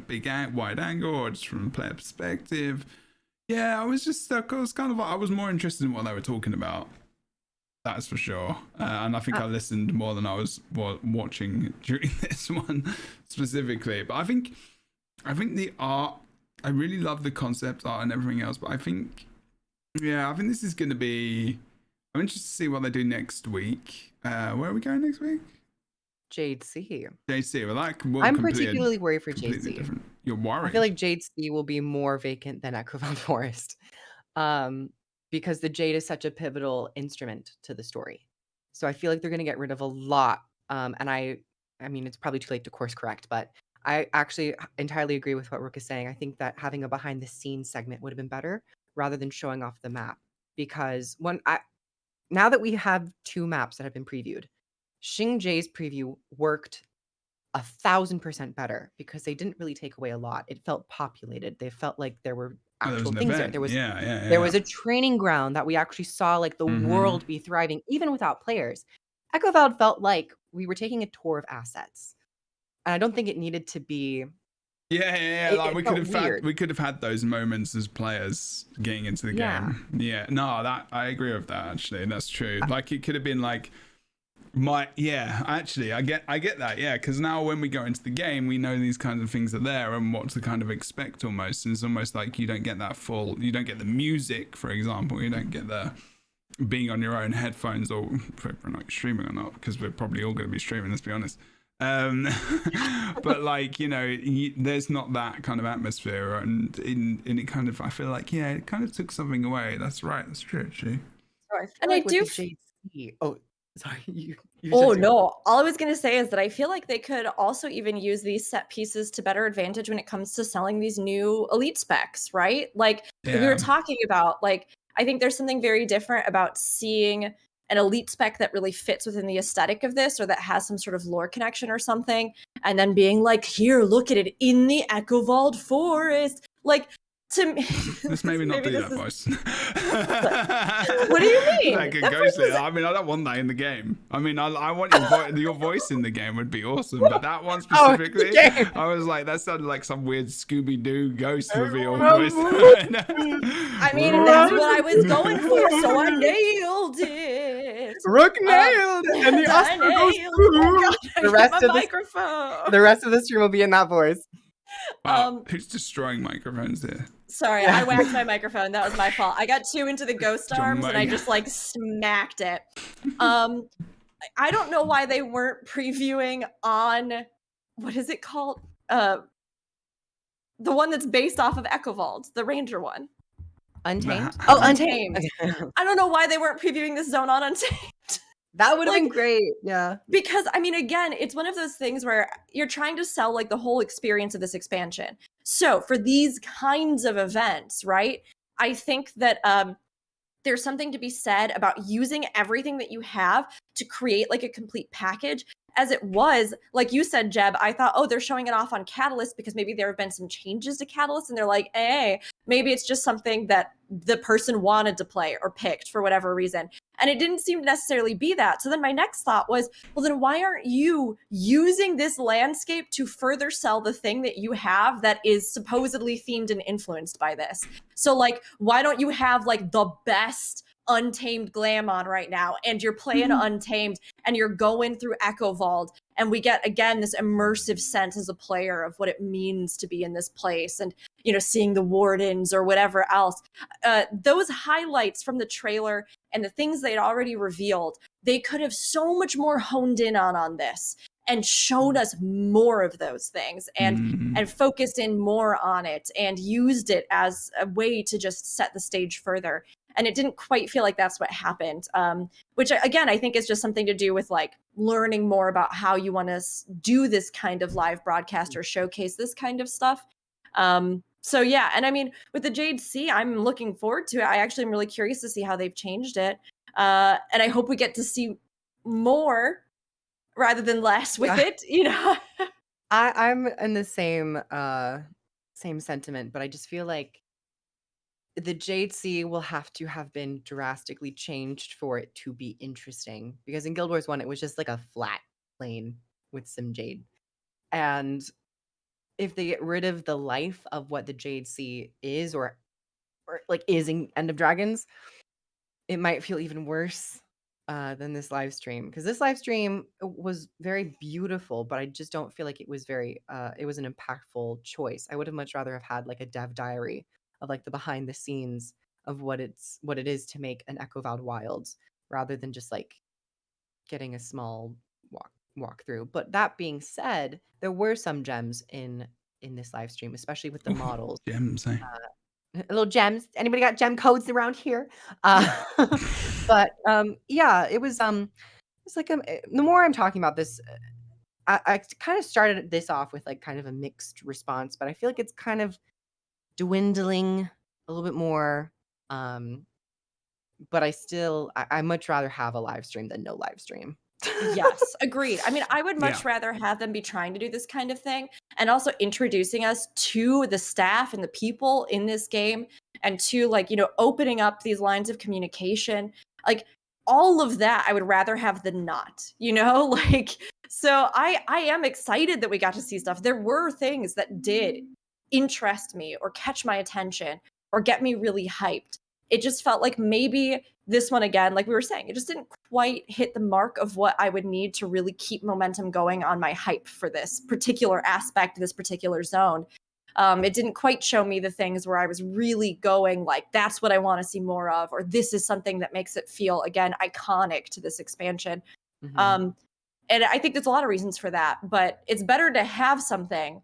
And there were a lot of little details and little things in these zones that I am so impressed with, and I really do love. And God, I am so in love with the Tangu. I love them. I love them. I love their bird faces. I love the variety and the designs. I love their animations. I love every single thing obsessively, so that if and when they ever release them, obviously not with this expansion as it's been confirmed, but Living if World. they ever do, yeah, like Living World, I'd take it. I will be even more hyped than I already was to get them, because I love the variety they've shown with them. This is Seeing what unfortunate. They were possibly testing it out and just didn't come to fruition. They keep things on the table. We know that playable Tengu race now is on the table. It just didn't come with this expansion.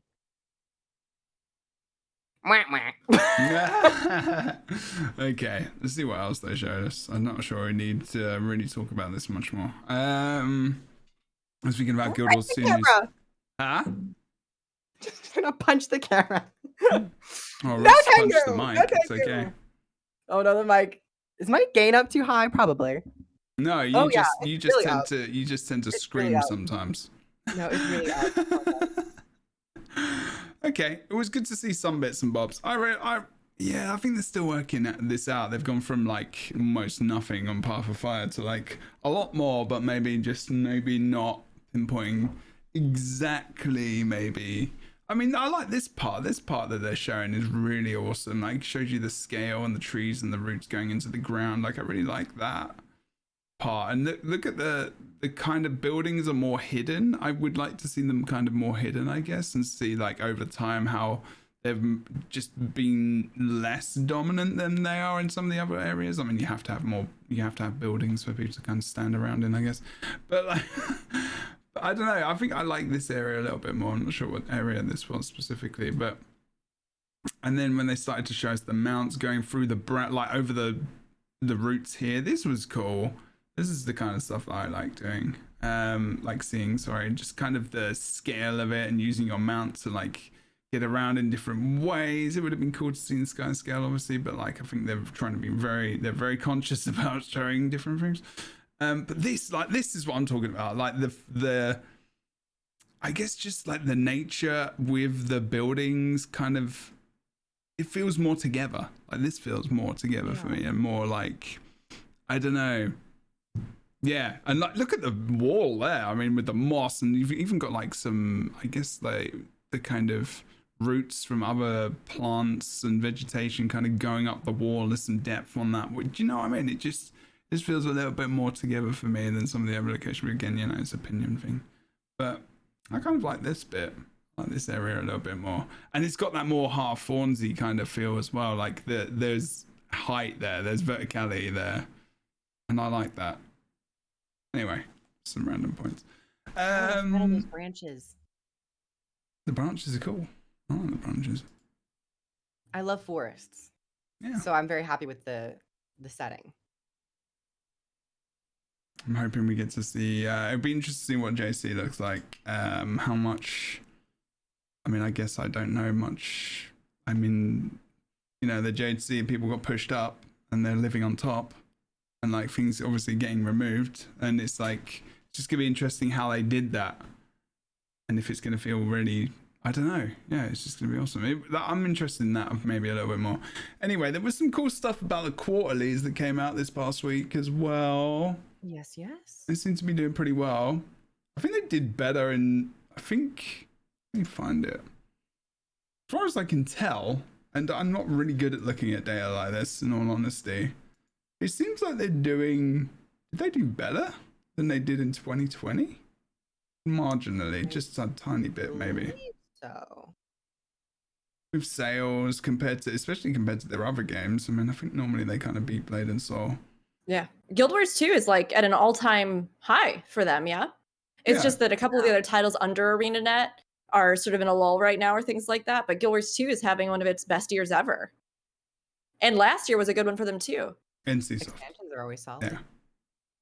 Yeah, so NCSoft has got Lineage 2, Aeon, of course, which had the re-release of they re-released the game, fresh start servers and stuff. Blade and Soul, I guess Blade and Soul had like an expansion or something, or a redo or a remodel or something, I can't remember. Yes, an entire engine revamp, which is probably very costly. Yeah, and I would have liked to have seen that go to ArenaNet. But yeah, well, I guess it depends where that budget comes from, I suppose. Yeah. But yeah, they're doing pretty good. Even like compared to, I think they're beating even during like COVID, maybe numbers. Yeah, which is interesting. And it's no surprise that expansions are always big revenue spikes. So I hope ArenaNet sees this, and after this we get another expansion. Of course, after End of Dragons, they've said once again, engine updates, all that stuff. They're planning for 20 more years of Guild Wars 2, or with that we'll probably get one or two, a couple more expansions, hopefully. 20 years. So. Yeah. Bloody hell. What do you mean, yeah? When did they say that? I want the flipping quote. During their anniversary, they're like 20 years of like ArenaNet. Oh, when they're like, and we hope it goes for another 20 years. Like maybe not Guild Wars 2, but like yeah. More years, yeah. I mean, I think when you get to the point, I mean, we know what MMORPGs are like when they come out, right? I mean, they take Final Fantasy was just completely destroyed, basically, and relaunched completely. ESO was just I'm in the stream team, and it was just awful at launch. Like, it was just not good. Like, there was so many issues, and it was a lot of system problems, to be fair. Guild Wars 2 launch was pretty good. But like, yeah, I'll be 60. Literally.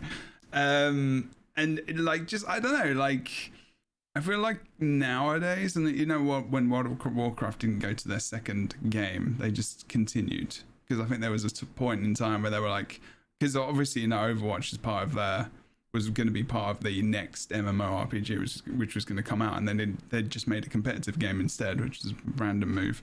But like, I just would have liked to have seen what that would have been like, because it looked like it would have been quite cool. I wonder if I'll ever see that one day. Maybe.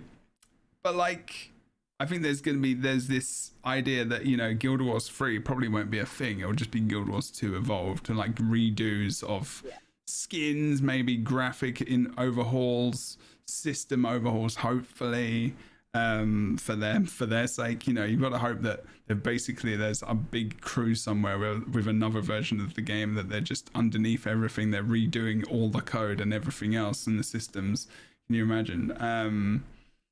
But I mean, we'll have to see what the future brings, because like, there will be a point in time where it's like, maybe this is It's not yet anyway, so we'd have to think about that. Anyway, I'm just talking out loud. The lifespan of a game. Yeah, well, that's the thing. I mean, when is it like time to stop? But then if you look at other games like, I mean, RuneScape, for example, I mean, like, you know, you can play that on your cell phone now. So it's, you know, I mean, the later games don't do as well. They just don't. They haven't done as well anyway, so it doesn't matter. Anyway, I think we may end it there, actually. I think that's okay. Can we hit on all the good critiques, subjects, covers, arts, tank burbs? Data Oh yeah, there was some stuff that Crew found. It was the art from the extra live stream, which we could talk about very quickly. Yes. There are People some have art pieces time. they didn't show here. They did show off some new concept art as well. If people want to, if they've got time, we can have a look. Looking at some art. That's what we're going to be doing. Let's look at the art. Yeah, I think We have enough time for one more Tangu rant. Yeah, we do. I'm ready. I got another one stored up. Let's Go. damn. I will continue. Not so much rant, but more so philosophical. I will say that our observations as to why so many new models was not illogical. No. It had a place, considering things we Yeah, know. It's funny because I think the thing, like I said, that I'm most excited from this live stream is the Tangu, just their existence, how they look, how everything about them. And even if there was that disappointment about no new playable race, like that's what really caught my attention this time around. And I think they did an absolutely amazing job with these new Tangu models. Yes. I adore this race. I really love the personality and the variation they put into it. There are a lot of good things from this live stream, even if it maybe didn't feel quite as strong as some of the other showcases, or if there are things we might have focused on more or differently. It's one of those things where, I mean, I'm still excited, and I do think this map probably has a lot more to show that we just haven't seen. So to me, like, that's the thing. I feel good. I'm still really excited. End of Dragons has honestly brought a lot to the table, including new huge features and all kinds of stuff. So I just I'm looking forward to the future previews of these zones, but I feel like we really won't be able to get a sense of just how good they are and how interesting and diverse until we actually are in it ourselves playing. Because this time around, I really do think it was more so just a failure of the setup of the actual stream itself, as opposed to the stuff there is to offer. Yeah, Okay. I'm So really cool. excited to get to play this because I imagine it'll be still fun to play. Mm-hmm. I love that piece. It will be. Mhm. It will be. Give me some of that These cake. mushrooms.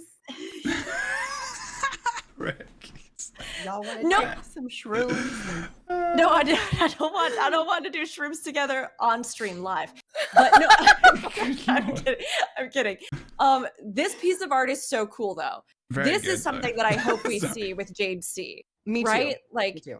this kind of thing where they like blow up these underwater features in a landscape that now Hopefully. has been exposed, you know, because that's gorgeous. I think they said this isn't going to be in the game, unfortunately, when they were doing the thing. They didn't say that. They did They say said that. that- They did say that. I remember. No, they didn't. I don't remember Yeah, saying yeah. that it's not going to be in With the this, game. with this specifically, they said this is not going to be in the End of Dragons. Not the game specifically, but they said end. With this one, I remember because I was watching at this point.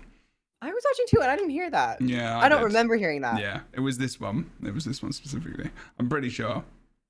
I think I got the impression that when they were first concepting this, they allowed them to go bigger and more imaginative. Yeah. So we yeah, might yeah, see might see some resemblance of mushrooms. yeah, and I think but that's- not like this. No. maybe not this exact shot. Yeah. You very rarely see like exact shots turn into concept art. That's not But, like- really the I purpose actually- of concept I art. don't think those are mushrooms. I think it's Or isn't it part coral of a reefs. coral? Yeah, it's like a coral Yeah. reef. Yeah.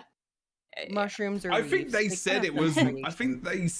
They might have said mushrooms. I think they did say. I it was think the mushrooms. developers said mushrooms, but honestly, you could spin it. This would be easy to spin as just Those look really? like coral. Well, it doesn't. Okay, now I'm going to be the actually person. This doesn't make any sense as mushrooms. This is supposed to be Underneath, Jade though, C. the lines though. No. I don't think this is supposed to be Jade C. I mean, this is just a thing they think it made. will. Oh, I think mean, a lot of the- people either were like Echovald or Jade C. I was in the Jade C camp.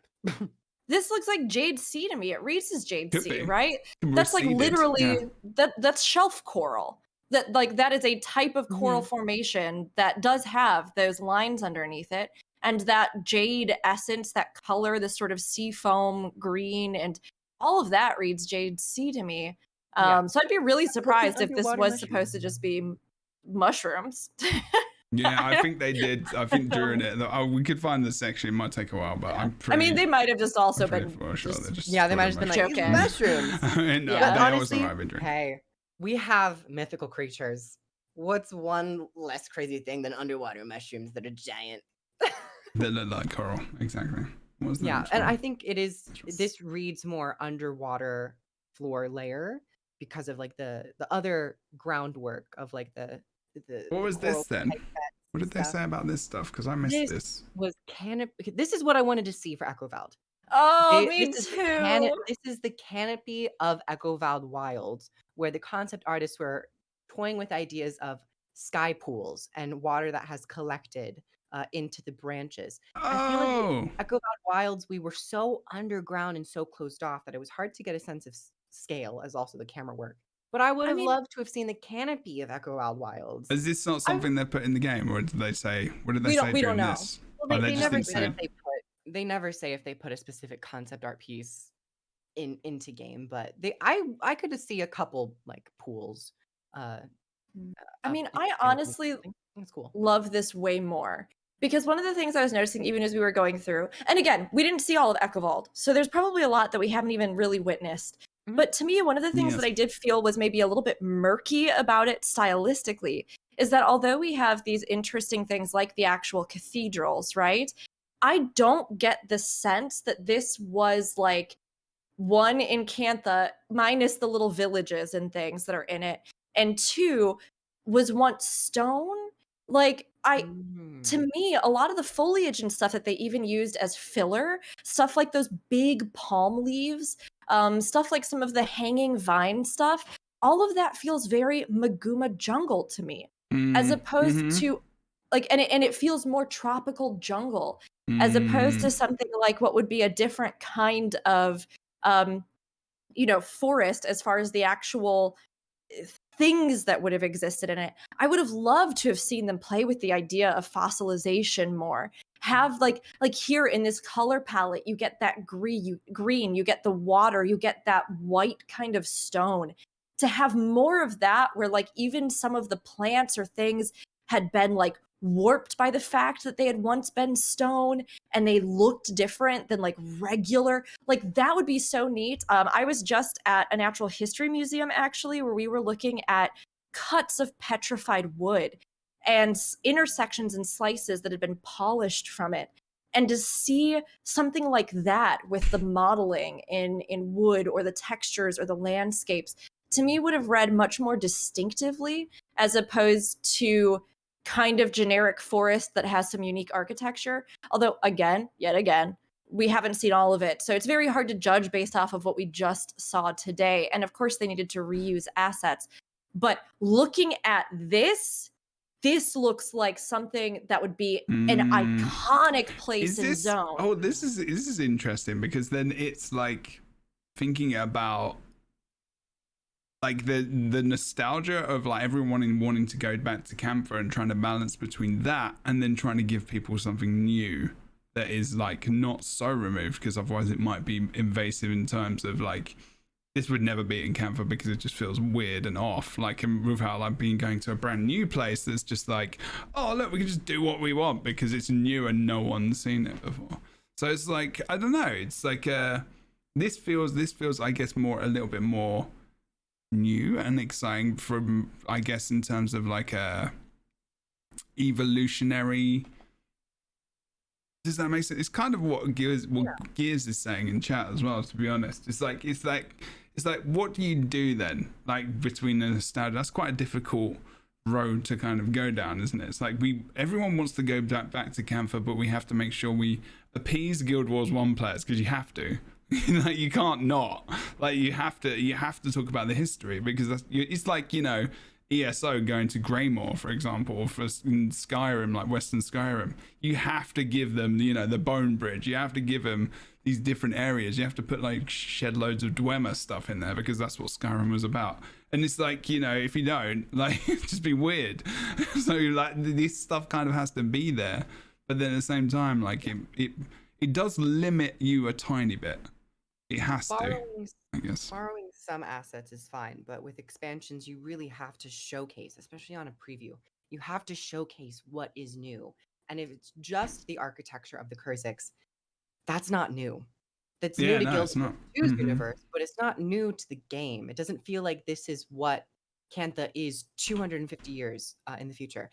I will say, New Kaineng, I think, will deliver on that point. But that Because it's got we have raves, like you said.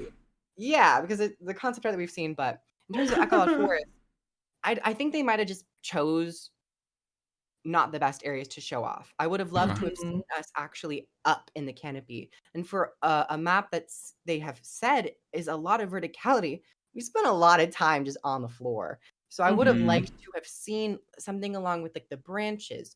Are there sky pools? Do we get to see these like classic Kurzik gargoyle statues that are up and there's like waterfalls dripping down? What is the wild aspect of it? So the concept art, I was so excited to when they showed it off. I was like, oh, I'm so excited for the preview. And we got the preview and it was nice, but it didn't. What we saw in the concept art was not necessarily reflected in the game. To quickly touch on the topic of what you brought up, Jebra, with like returning to lands that are already established, I think that's actually a really big weight on the game of Guild Wars 2. Is that we continue to return to these places. We've never gone anywhere that's new. It's getting boring. I'm not gonna lie. Like I'm getting a little bit. I'm a little bit over it. I've been saying for a while now, I'm actually more excited to finish End of Dragons than anything. Yeah, I know. I'm excited to get through the story and experience it, but I'm more excited for what's happening after that. Yeah, absolutely. Yeah. Like the new races and the new things that are going to influence our looks, our armor, our technology, our mount, like, new mounts, new ways of going around the world. I think it is a lot easier to revisit some of these places sometimes. And I think a lot of returning to Camphor is the player base, like, and what I think maybe Arena wanted maybe to, do to deliver. And I feel like they had to. I feel like they probably just had to do that, like revisit the places in the old game. It's a lot of what, the nostalgia, and also you will see probably a lot of Guild Wars players coming back because a lot of Guild Wars players don't play Guild Wars 2 as well. Like, I'm not saying like everyone who played Guild Wars doesn't play Guild Wars 2, but there is a lot of people who don't still. Tengu's in space, possibly. And I mean, I think it is important to say, right? I think it's important to say that this feels like to me at least, a very good, natural, final point, right? On top of everything in the journey going from Guild Wars 1 to Guild Wars 2. I do think that returning to Cantha is important. I do think that revisiting these places not only creates continuity throughout the game and the world, but also gives players a reason to go back and play Guild Wars 1, to go forward and play Guild Wars 2. I think it's smart, right? This is a journey that they've taken and they've really rounded it out. So I don't think there's anything wrong with people being excited about wanting to play this or go to Cantha or revisit for nostalgia's sake. A lot of times people talk about nods to other things in this like really condemning way, like, oh, just because it's playing off nostalgia, somehow that cheapens the experience. Whereas some of those things that are incredibly nostalgic to me are some of the things that still to this day are the most important. And yet there are also other things that maybe I never grew up playing them, but I can still get a sense of nostalgia and or the way that years are bridged together in game design and in the journey of players and all kinds of things by coming to them after their release or, after the fact. And that's still really rewarding to me.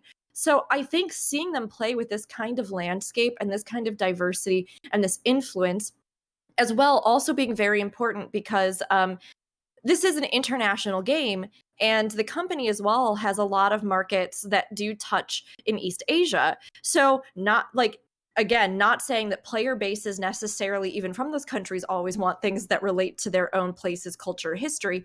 But sometimes there is especially an initiative to do something like this because they know that it is, sorry, we have a siren going by, a diverse, worldwide, global kind of thing that touches on many different countries and cultures. And so introducing that into the landscape of your game is something that can acknowledge those players as long as you do it well, right? And respectfully and all that good stuff.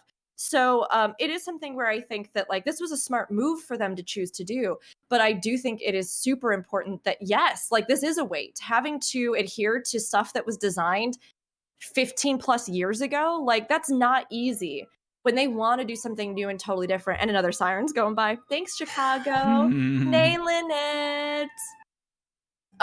So it's one of those things where I think once they are out of the legacy of Guild Wars 1 and they can forge a new future, like acknowledging the past and everything that got them here, we can actually see this team start to really take off with new ideas, new concepts, and new things. So it is exciting on both fronts. And I think we have to acknowledge that. It's really cool that they are paying tribute to the game so far, but it will also be really exciting to see what the future holds.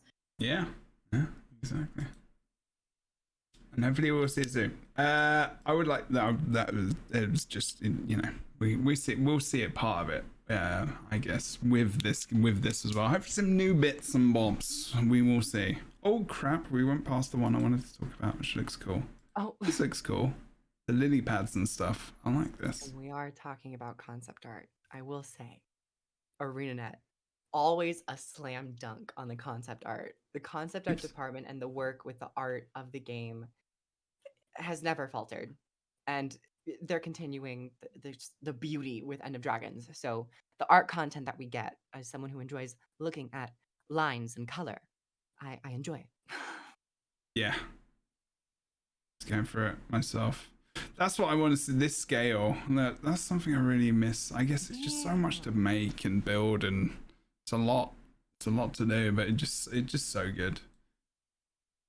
That's why I feel like New Kaineng, as it's going to be the last one shown, not only is Kaineng City already a huge demand, but modernizing it and putting into a Guild Wars 2 landscape, I feel like New Kaineng is going to be one of the better maps of this expansion. I truly hope so, because there's so many layers to it, and having to actually make like cities and apartments, because Kaineng is just an entire entire coastal city.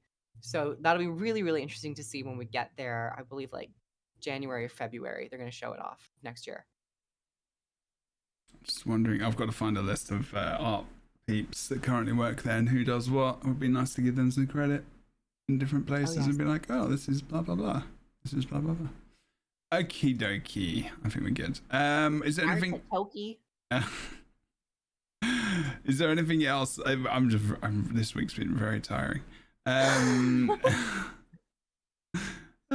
Life is just tiring right now. It's hot. I just get tired from living in heat. Ugh. That's fair enough.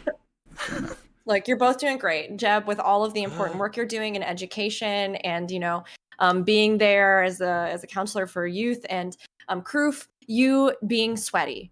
You're both doing really lobster. great, and I'm really proud of you. And hang in there, because you got this. Yeah, I was ready. Rick is over here like, I'm thriving.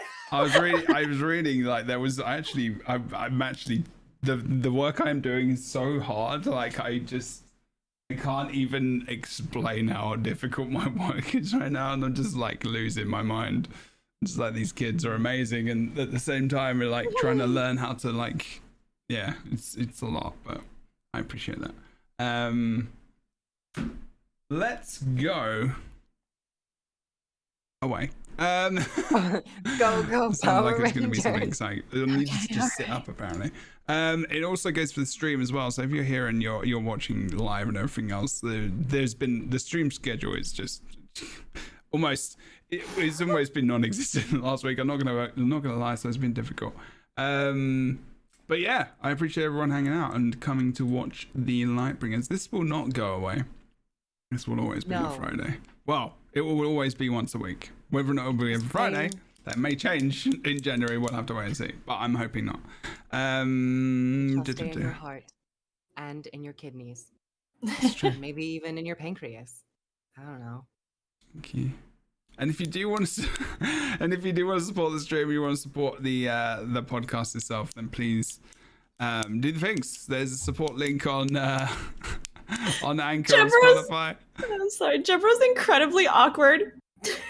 Thank you. Thanks, crew. Yeah. Sure. Whatever you just said. Oh yeah, Thank- sorry. thank I don't know. you I don't know for what it. Cruz said. Pancreas. Thanks, crew. know Now what I'm gonna Cruz do the said. outro. Just What did absolutely Cruz said? Did I destroyed. just completely ignore what you said? I'm sorry. Disassociated, just like blanked I out. did. I'm talking about this. What did you say? I said the Lightbringers will never go. It shall remain in your heart or your kidneys. Oh no, that's or even okay. your Yeah, it's pancreas. because as soon as you started talking about kidneys and pancreases, I just went away. I was just like, oh, Kroof is talking bollocks again. So Self-preservation.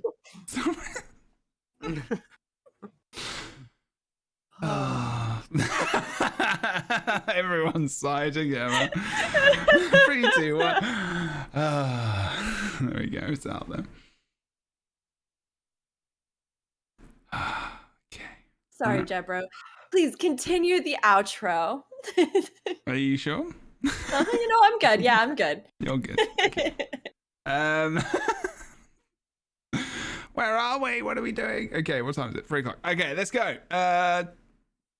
Kroof, outro. Tell us what you do, Hello, everyone. I'm Kroof, and my theory is that the 5th mastery track will have something to do with Jade Tech, which I never mentioned during the live stream. but I now Oh, will. yeah. Thank you so much for having me, Jebro. I do a lot of YouTube stuff. I do Twitch stuff Tuesdays, Wednesdays, and Thursdays. I have a Twitter. I post some meme stuff on there. I posted a pretty good one recently. Go check that out. But yeah, thank you so much for having me once again. I truly enjoyed it. It was lovely being back after our break and hiatus. Did you hiatus of a week? Yeah. We do that It sometimes. was too long. It was too long to be away Yeah. from you. Oh. I missed you. Wait, where I was? missed it, Oh Dell. God. Where was your What? meme? I'm trying to find your meme. Yeah, where's this good meme? Hold on, I gotta see if the meme lives up to the expectations. I'm crying. Now hold up. Wait. Oh, what? I'm crying, vomiting, and spiraling that Tengu will not be playable this expansion. And there is a face. you have Is made. that the meme you're talking about? A little bit I of feel a like it meme. has to be a different. A little I bit of a mean, meme. it is a little bit of a I'm meme. crying, vomiting, and spiraling that Tengu have not come with this expansion. I but mean, no matter. crew. They look beautiful. They look beautiful. I don't want to call you out because I would never want to, but I have been on this podcast with you since we found out that Tengu are not going to be a playable race, and you have Today. not cried or vomited even once. So I think this is false advertising, and It's called figure of speech. Oh. Hello, Annette Benp. Welcome. hey, Good Lord. hey, how's it going, Ben? Don't worry about it. Welcome. How are you doing? Person who works for Arena. Hello, Ben. I didn't see you this year. Thank you for 50 months. I didn't see you this year. In person. Sorry, extra life. It was weird when I don't see Ben. I guess I didn't see it last year. It's COVID. You've walked into something absolutely fine because we're just leaving. Rook, what are you doing? Where you do it? And goodbye. Hello, everybody. Because this is Jeffrey's favorite voice that I do, so I got to do my outro like that. No, I'm not going to. I am Rook. You can find me everywhere right now. Bird of Chess, chess like the board game. But very soon we're going to be doing a rebranding, like I've been mentioning over and over. So apologies if you've heard it before, but making sure everybody has their bases covered. To Rookery, Rookuri. You can find me on YouTube. You can find me on Twitch. If I'm not live or doing videos, I'm probably podcasting and talking about the games that I love. It's a really exciting year for both of my favorite MMOs, and I cannot wait to celebrate. So check that out. I've been doing a lot of lore video content that I've just been getting started, and just this past weekend filmed a secret project that I'm very excited about, which will be the first type of content I've done. It was a huge undertaking. And I can't wait to reveal it to everybody and hopefully do more in the future. So check that out if you haven't. You can find me, Twitter, Instagram, everything Bird of Chess right now until the name changes. Also, my favorite tweet recently from Kroof's timeline isn't the puking meme, but rather the absolutely amazing headshots that you did. I just love them. Your versatility, your class, your style, your unique charm, they're just so good. So if I was going to recommend one Kroof tweet, I would recommend the new headshots that Kroof's been doing because they are 10 out of 10. Yeah. Your face is 10 out of 10, 15 out of 10, 100 out of 10. It. You're welcome.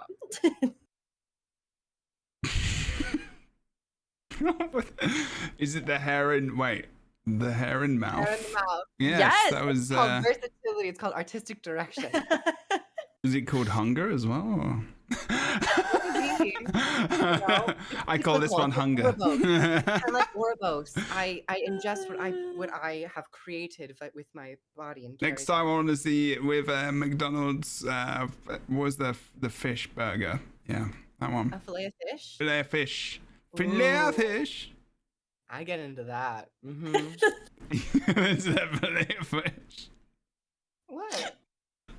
There's a lot of things I could say, jokes I could make working off of fish sandwich, but I am not going to do a single one. Rick. Absolutely amazing. Disgusting. Disgusting. I didn't say anything. No. Suggested everything. No. You leave it up to the imagination. Okay. Do the imagination things. Who are you? I'm so sorry, Ben. Who are Oh you? God, Deborah, you got to stop this podcast before we say anything else that will ruin us forever in the I eyes of am everyone in not chat. actually saying anything. Our reputation. Reputation. Oh God. I want to see this film, this short movie or whatever you've made. That's what I want to see. That'll be soon. They'll be coming out soon. What is soon? How long? Soon? We know when Guild Wars 2 expansion's fucking coming out. When's this coming out? Oh, It's I'll gonna be be dealing coming with out. this now. It's gonna be coming out before 14's Endwalker. So Oh, it's keep for an Final eye out. Fantasy. Oh, okay.